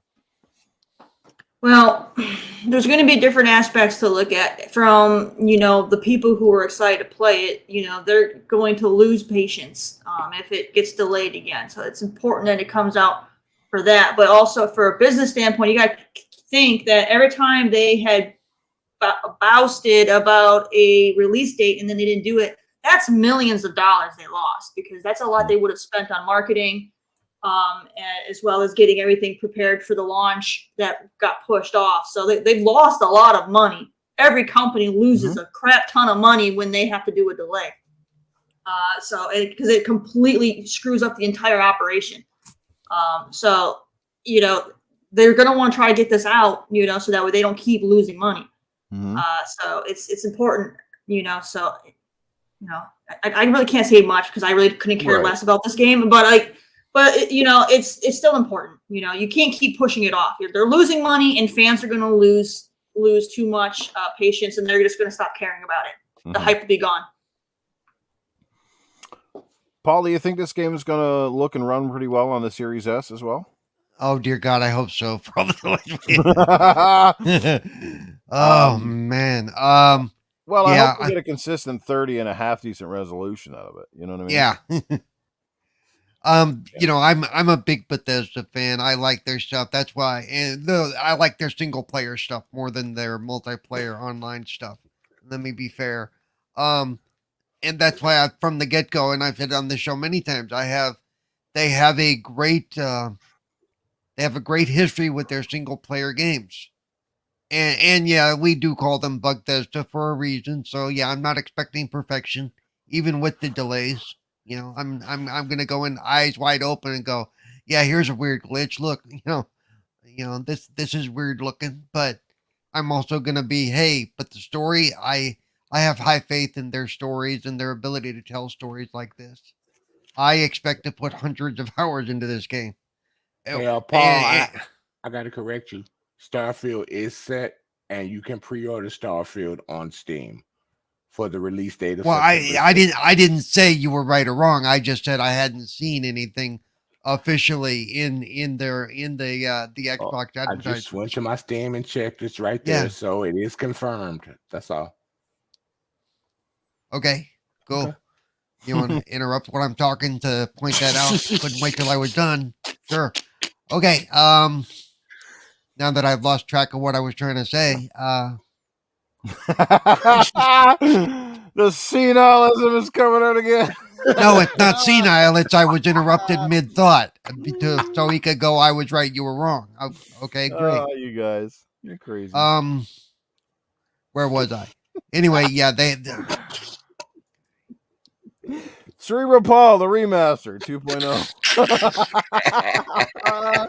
Other remaster. Okay, camera's on. Look at my face. Am I happy about this? Okay.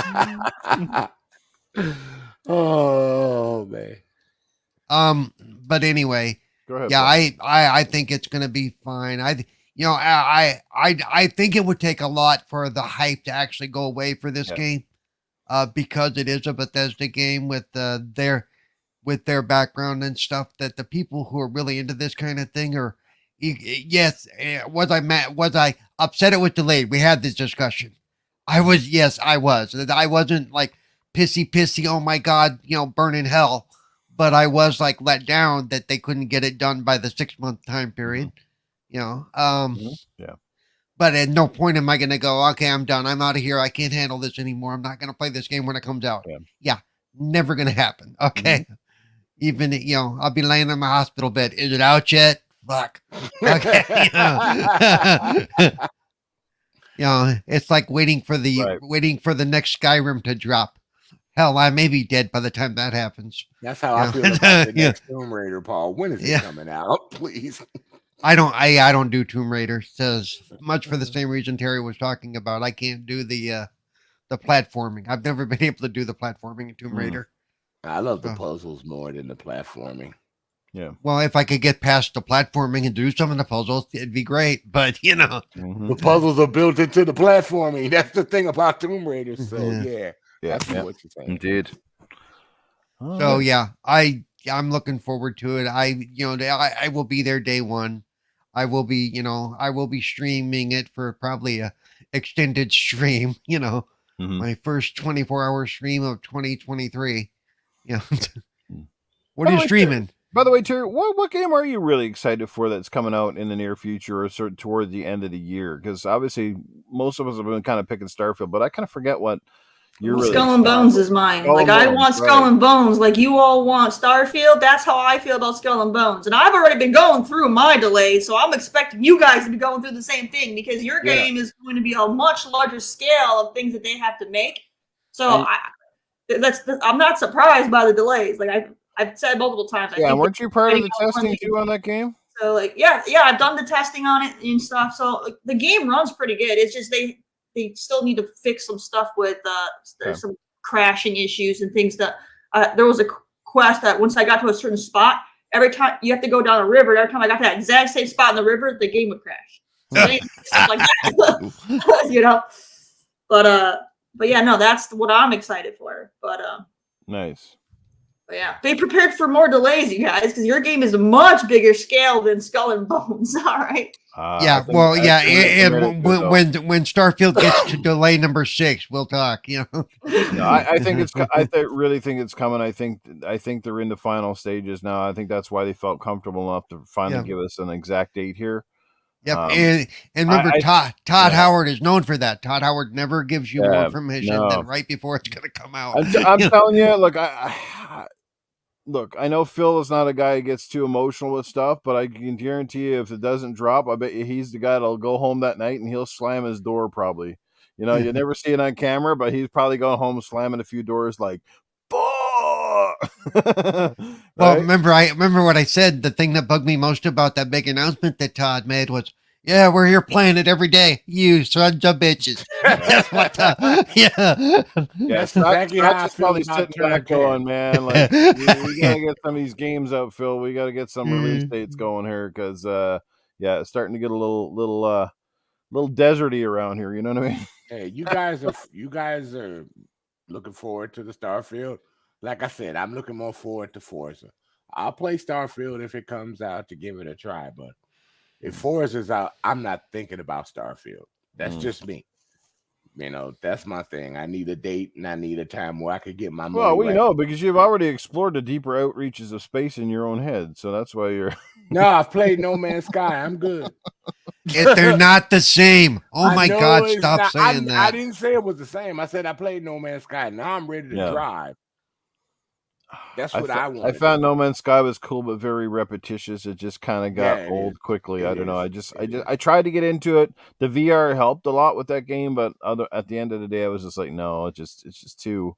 That game has come a long way, though. That game really has come a long way. From where it started, massively. That's what you call kudos to Hello Games. You know, it's good, but there's no real story to No Man's Sky.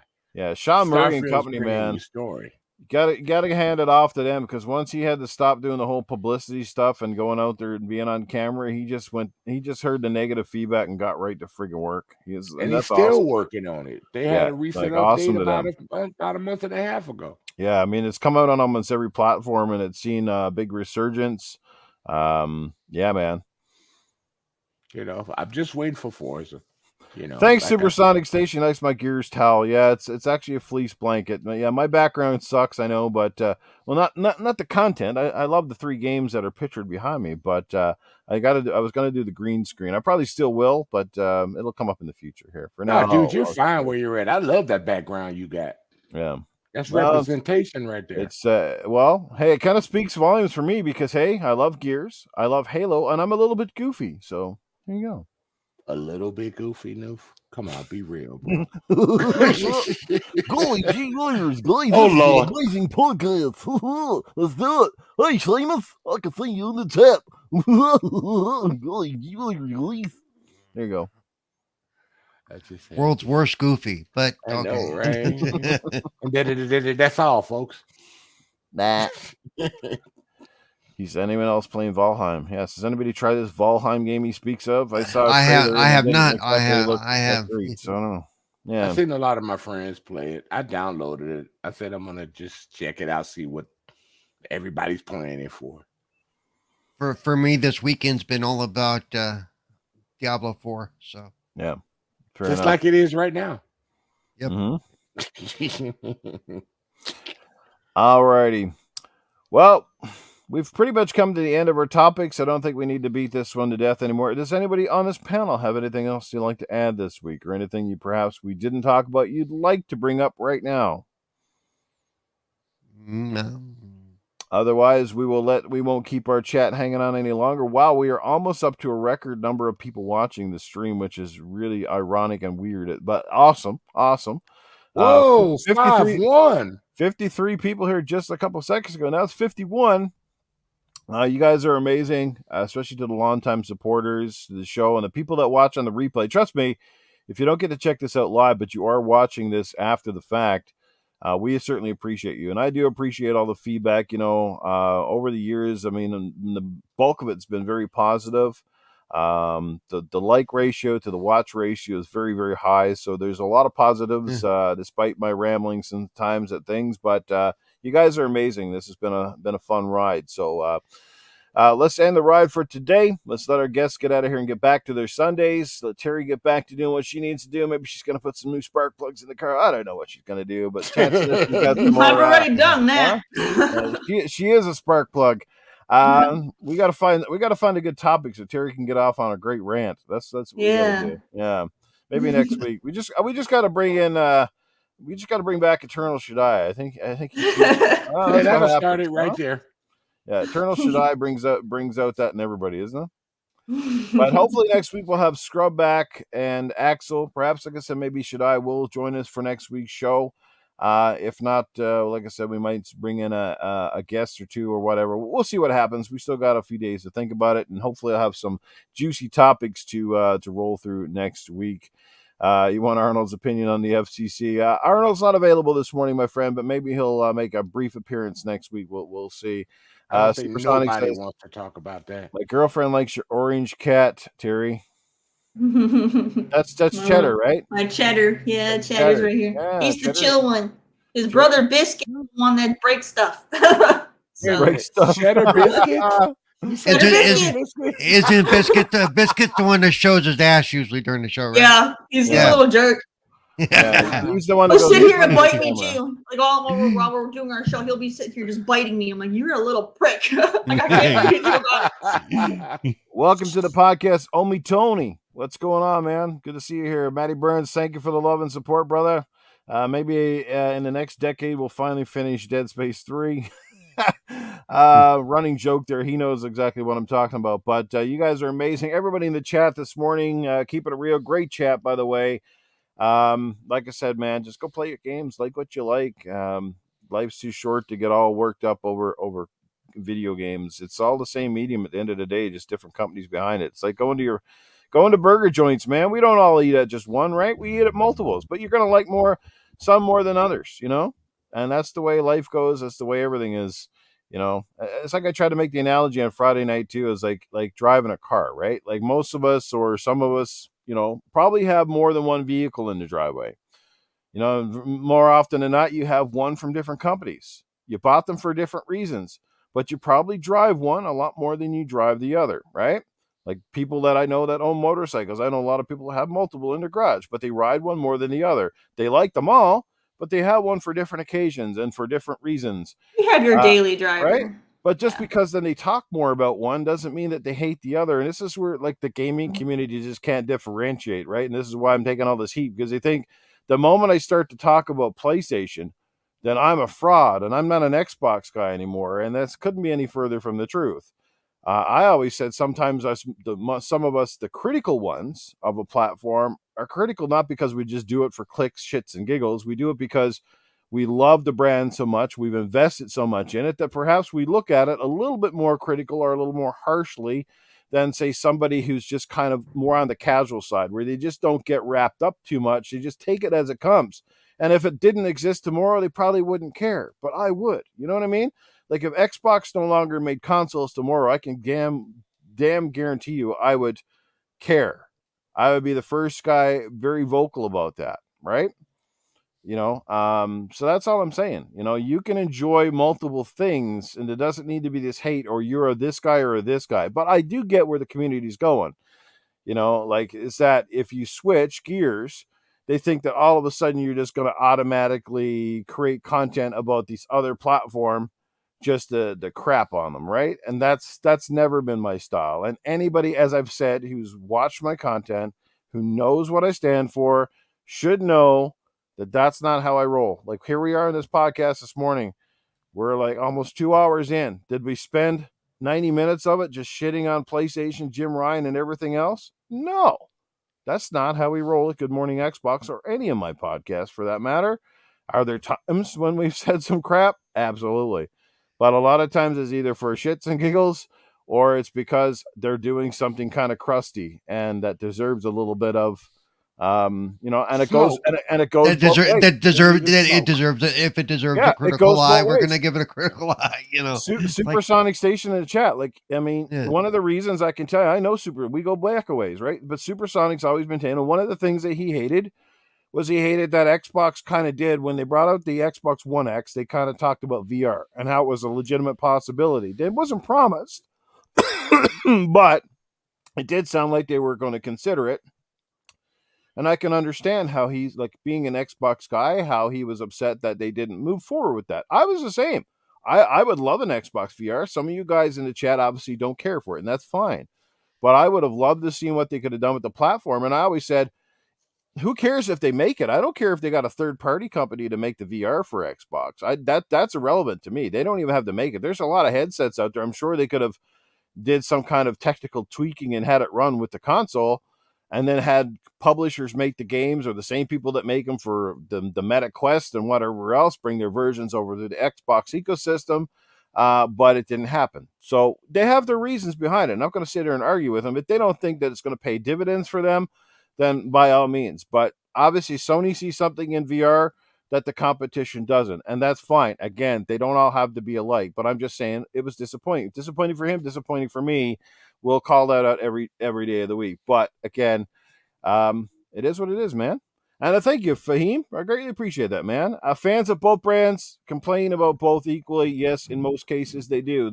But there are some people that is their shtick, right? That's how they run their channel. That's how they run their social media platforms. It's all about just the hate game. It's all about that negativity, because it does. At the end of the day, you would think that more people would come out to positive podcasts or positive streamers. Everybody cries for the positivity, but it never shows up into a lot of times it never really shows up in terms of like people viewing or stuff like that. They just could care less. They want to come out for the drama that you see in the chats and you see and that's largely true, but that's like the news. Nobody cares about the good news. They always care about, the crap that you see on the news, right? People dead, shootings, this, that, something else. And I guess that's human nature, man. I'm not here to change it. I'm just saying what it is. So, yeah. Well, I thought when you talked about VR, I'm like, you could do VR for Flight Simulator on PC. Why can't you use your PC Game Pass to put VR on there if you don't want to invest it in your console? Give us the option. I'd love to do the new Forza and VR. Well, there you go. That's a great example. I mean, I'd love to play Forza with a VR headset. Oh my God, it would be so sick. But especially with people with wheels and pedals and all that stuff, we would love it. That would be incredible. I see what you said, Fahim. Yeah. Great stuff. But anyway, guys, I won't regurgitate. Go ahead, Paul. I was going to say, it's not like they're not looking into it, but Phil has said they're waiting to see what happens. Basically, they want to, they want to make sure that it's viable for them and viable for you, the consumer, to invest this money into VR. I also think that Xbox be the test. Sorry, let your PC Game Pass be the test bed for you, then, just to see how people might like it. Yeah, I also think that Microsoft is a little bit more leery than the competition because they've had their fair shares of invest. I mean, it's a big investment, right? Sony obviously committed to it on the PlayStation 1 platform and saw moderate success. Did it blow up the way we thought? No, but you know what? I think if the PlayStation 4 had the PlayStation VR 2 that we have today, if you could reverse the times and bring this current headset over, I think it would have been a different story. But I think the technology was too new. Sony, I wouldn't say they necessarily rushed it, but they kind of got ahead of the curve, and the curve just wasn't ready for it. It's like a lot of things in this industry. It's like sometimes you either jump too far ahead or you jump in too early. Like what Google did with Stadia wasn't necessarily bad, but it was kind of too far ahead, and people just weren't ready, and they didn't have enough software to come out and make people go, well, I need a Google Stadia thing, right? I mean, they just thought it was going to be easy for them, and it didn't work out that way. So I think Microsoft is just they got too many fish in the pan right now, and they just didn't want to add something else, confuse the message. I mean, they're having a hard enough time selling consoles as it is compared to the competition. So, the last thing you want is, well, here's an Xbox Series S and an X, and now we got a big expensive VR headset to throw into the fray. Do you think that would work as well for Xbox as it did for Sony? I'm probably going to say no. No. Right? But Microsoft has always been a very patient company. So they've never been in a rush. They take their they throw things out and they see how it does. And if it does good, they keep it. They've always been a test bed, for their technology. So and remember, they got burned on Kinect like nobody's business. Yeah, I love Kinect. They just didn't bring Jason says, anything out for Kinect it. sold 30 million and still died. No, but that's because Kinect had lots of success because it came out late in the Xbox, and the Xbox 360 had a lot of consoles in homes by the time the Kinect came out. And again, they rode the trend. They jumped on the wave while it was hot. The motion control scheme that the Nintendo Wii sort of ushered in, and everybody was catching up. Sony did the PlayStation Move. Xbox did the Kinect. There you go. And Kinect. I love Dance Central. And you know what? I love Dance. You know what killed Kinect more than sales? I think what killed Kinect is they never did find the software that really exploited or used it effectively enough.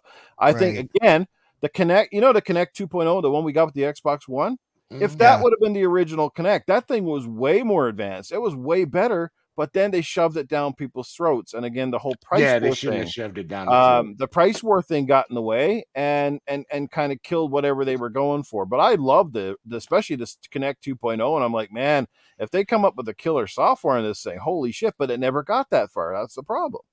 Yeah. Plus, they were dealing with the whole, it's spying on you crap, and and some of the technology was just way ahead of its time too. Yeah. The stuff people were worried about back then, we all have in our pocket now. It's like it's funny. It's funny because people worried about the Kinect listening in, but literally you have Amazon devices that are listening in. You have Google phones and Apple phones that are always listening in. You don't have a problem with that. Yeah. Exactly. You know how much drama you gotta go through to turn that stuff off on your phone so it's not listening when you're not doing anything? Yeah. You got to go through so much. How many apps now? How many apps won't even let you use them without giving them that permission to access your camera, your mic, and your photos? Because their data tracking you every day. This is what I'm saying. Like, having a cell phone is a blessing and a curse. It's one of those things in life. Like, it's like, damn, man. You know how much these friggin' phones do to us, and we don't even know the data harvesting these things are getting? Yeah, especially with social media. They always want to know where you're at. We're one step away from, I'm telling you, getting that computer chip injected into our skin, and the government's knowing every step and every dollar we spend. 1984, man. The book wasn't lying. I might not be around to see it, but one of these generations is in for a rude awakening, let me tell you. Oh, yeah. Oh, we got you now. We know where you at. Yeah, absolutely. When you swipe your credit card, they know where you're at. Absolutely. They're going to know every time I fart. Then again, I think most people do. They know that now. All right. But anyway, we went to close the show 10 minutes ago, and I got us off on a tangent, but you got to love that stuff. Casket Repair, the whole chat. You guys are amazing. Love you guys. My nephews love Skittles. I don't know what she's talking about, the Skittles. I like your I have no idea. ones. He's off on something. I don't know what the meaning is, but okay. Hey, Google Paul, what's going on, brother? Good to see you here. It's been a while. Fuzzy Belvedere's in the building. What's happening? Jason Max. The list goes on. Doggy Dog, as always. That man's a legend, all right, in his own right. You guys are amazing. This panel is amazing. Let's let everybody get out of here, and we will start with our incredible guest who was able to be with us this morning. Sir X-Men, it is a pleasure to have you here on the show, and I love our conversations, and got to play some more games over the next few weeks, brother. So let people know what you're doing next. I don't know. I'm just going with the flow wherever people needed me. Newf asked me, I came on in. That's pretty much it. I'm not going to exaggerate. Newf asked you to come on in? What? Oh, sorry. This is not getting me. Paul's just like me, He can't resist. It's easier with Paul. He's always in a seat, so it ain't hard for him.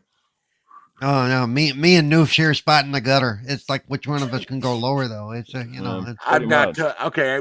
We've taken this a little bit too far for a Sunday. People are getting ready to go to church. Okay. Well, yeah. Well, 'cause they gotta- well, they after gotta- listening to me today, they probably really need church. So yeah. Oh, But no, I all enjoyed right. being here. Thanks, Doof, man. It's always good to I have you, always brother. got you when you need me if I'm available, man. All You know right. that. All right, man. Well, thanks for being here. Just going to bounce out. You can stay in the chat after the show here.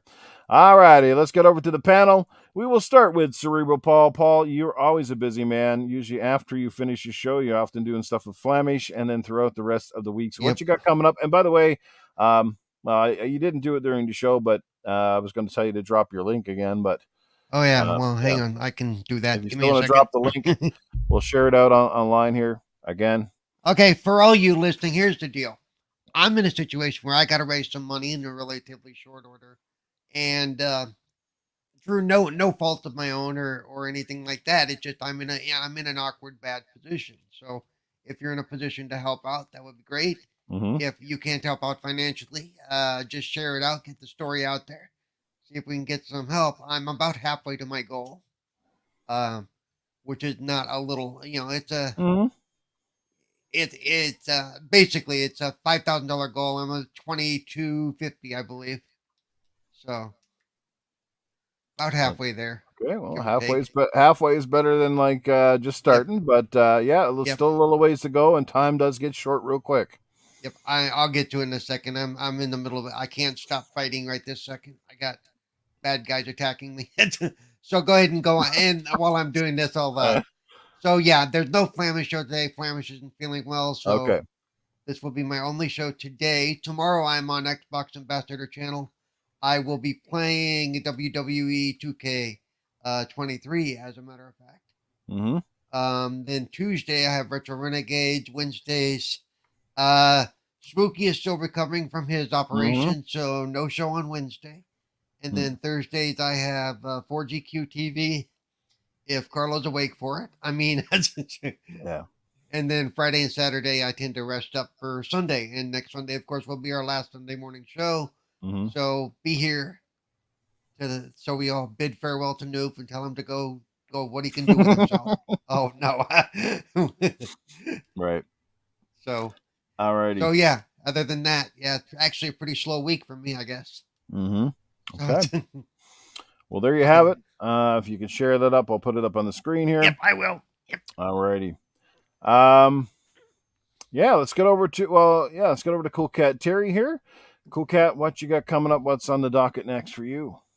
All right. Well, you can go ahead and check out my Instagram, Coolcat Terri, right there for all the things that have just happened. I went to a car meet last night, so I got some pictures up over there, and I'm gonna have a video going up on my YouTube, Cool Cats Alley, here as well. So you can go ahead and check all that stuff out if you just like seeing things, different types of cars.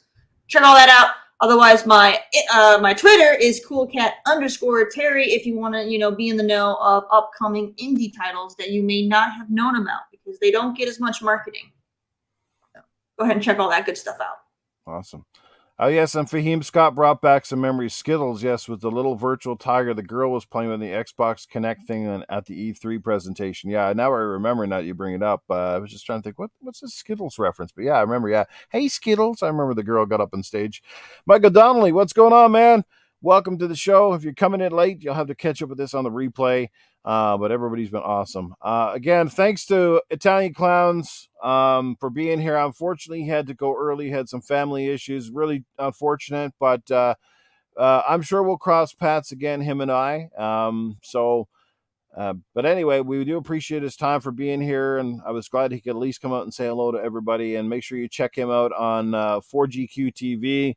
Great little podcast he runs over there, and he's just a guy you should follow in the community. It's a guy who keeps it real every single day, doesn't get wrapped up into the drama of things, and just a genuinely nice guy. So that's Italian Clownz, guys. Go check him out and check out 4GQ TV. Alrighty. And again, we will see Coolcat Terri again next week, as well as the rest of the panel. I hope they're all back.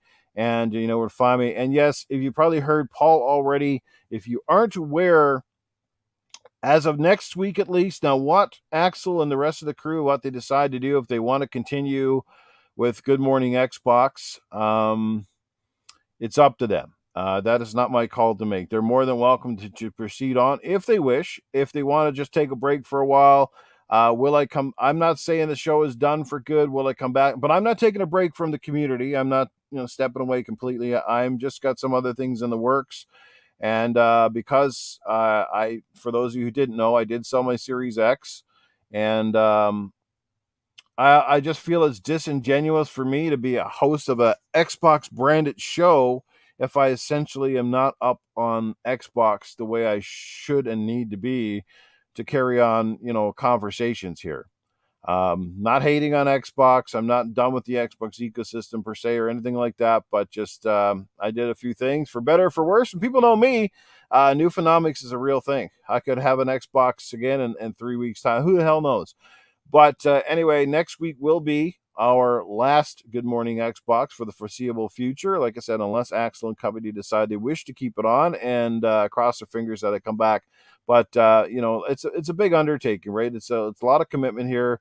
I know everybody, like I said, we love doing the morning show, but it is early for everybody, and it's a thing to get up here and do this. So again, we'll be talking amongst ourselves, I'm sure, in the coming weeks or what have you. But what made me sell my Xbox? I don't know, man. I just been, as I said earlier, I've been more frustrated with Xbox and their direction over the years, more so than anybody else. I mean, I finally jumped back into Game Pass, but I don't know, man. I still don't like. I guess I like what it is, but I don't like what it represents. I'm not going to get into it. I could be here all morning. Anyway, yeah, so come out and join us next week if you like. We'd love to see you back in the chat, make it a record show. Might have some guests, maybe not. All depends on how many people show up from the panel. But that is it for me. Like I said, for today anyway, and we'll be back again next week. So everybody have a great Sunday. Go play some games. You know where to find me. Always here. I'll still be streaming. I may have another podcast in the works, and who knows? Maybe some of these panel members could end up back with me on that one. Who knows? I haven't even got that far yet. But in the meantime, guys, you take care of yourself. We'll see you again next Sunday. Have a great one, and we'll definitely see you all soon. So here we go.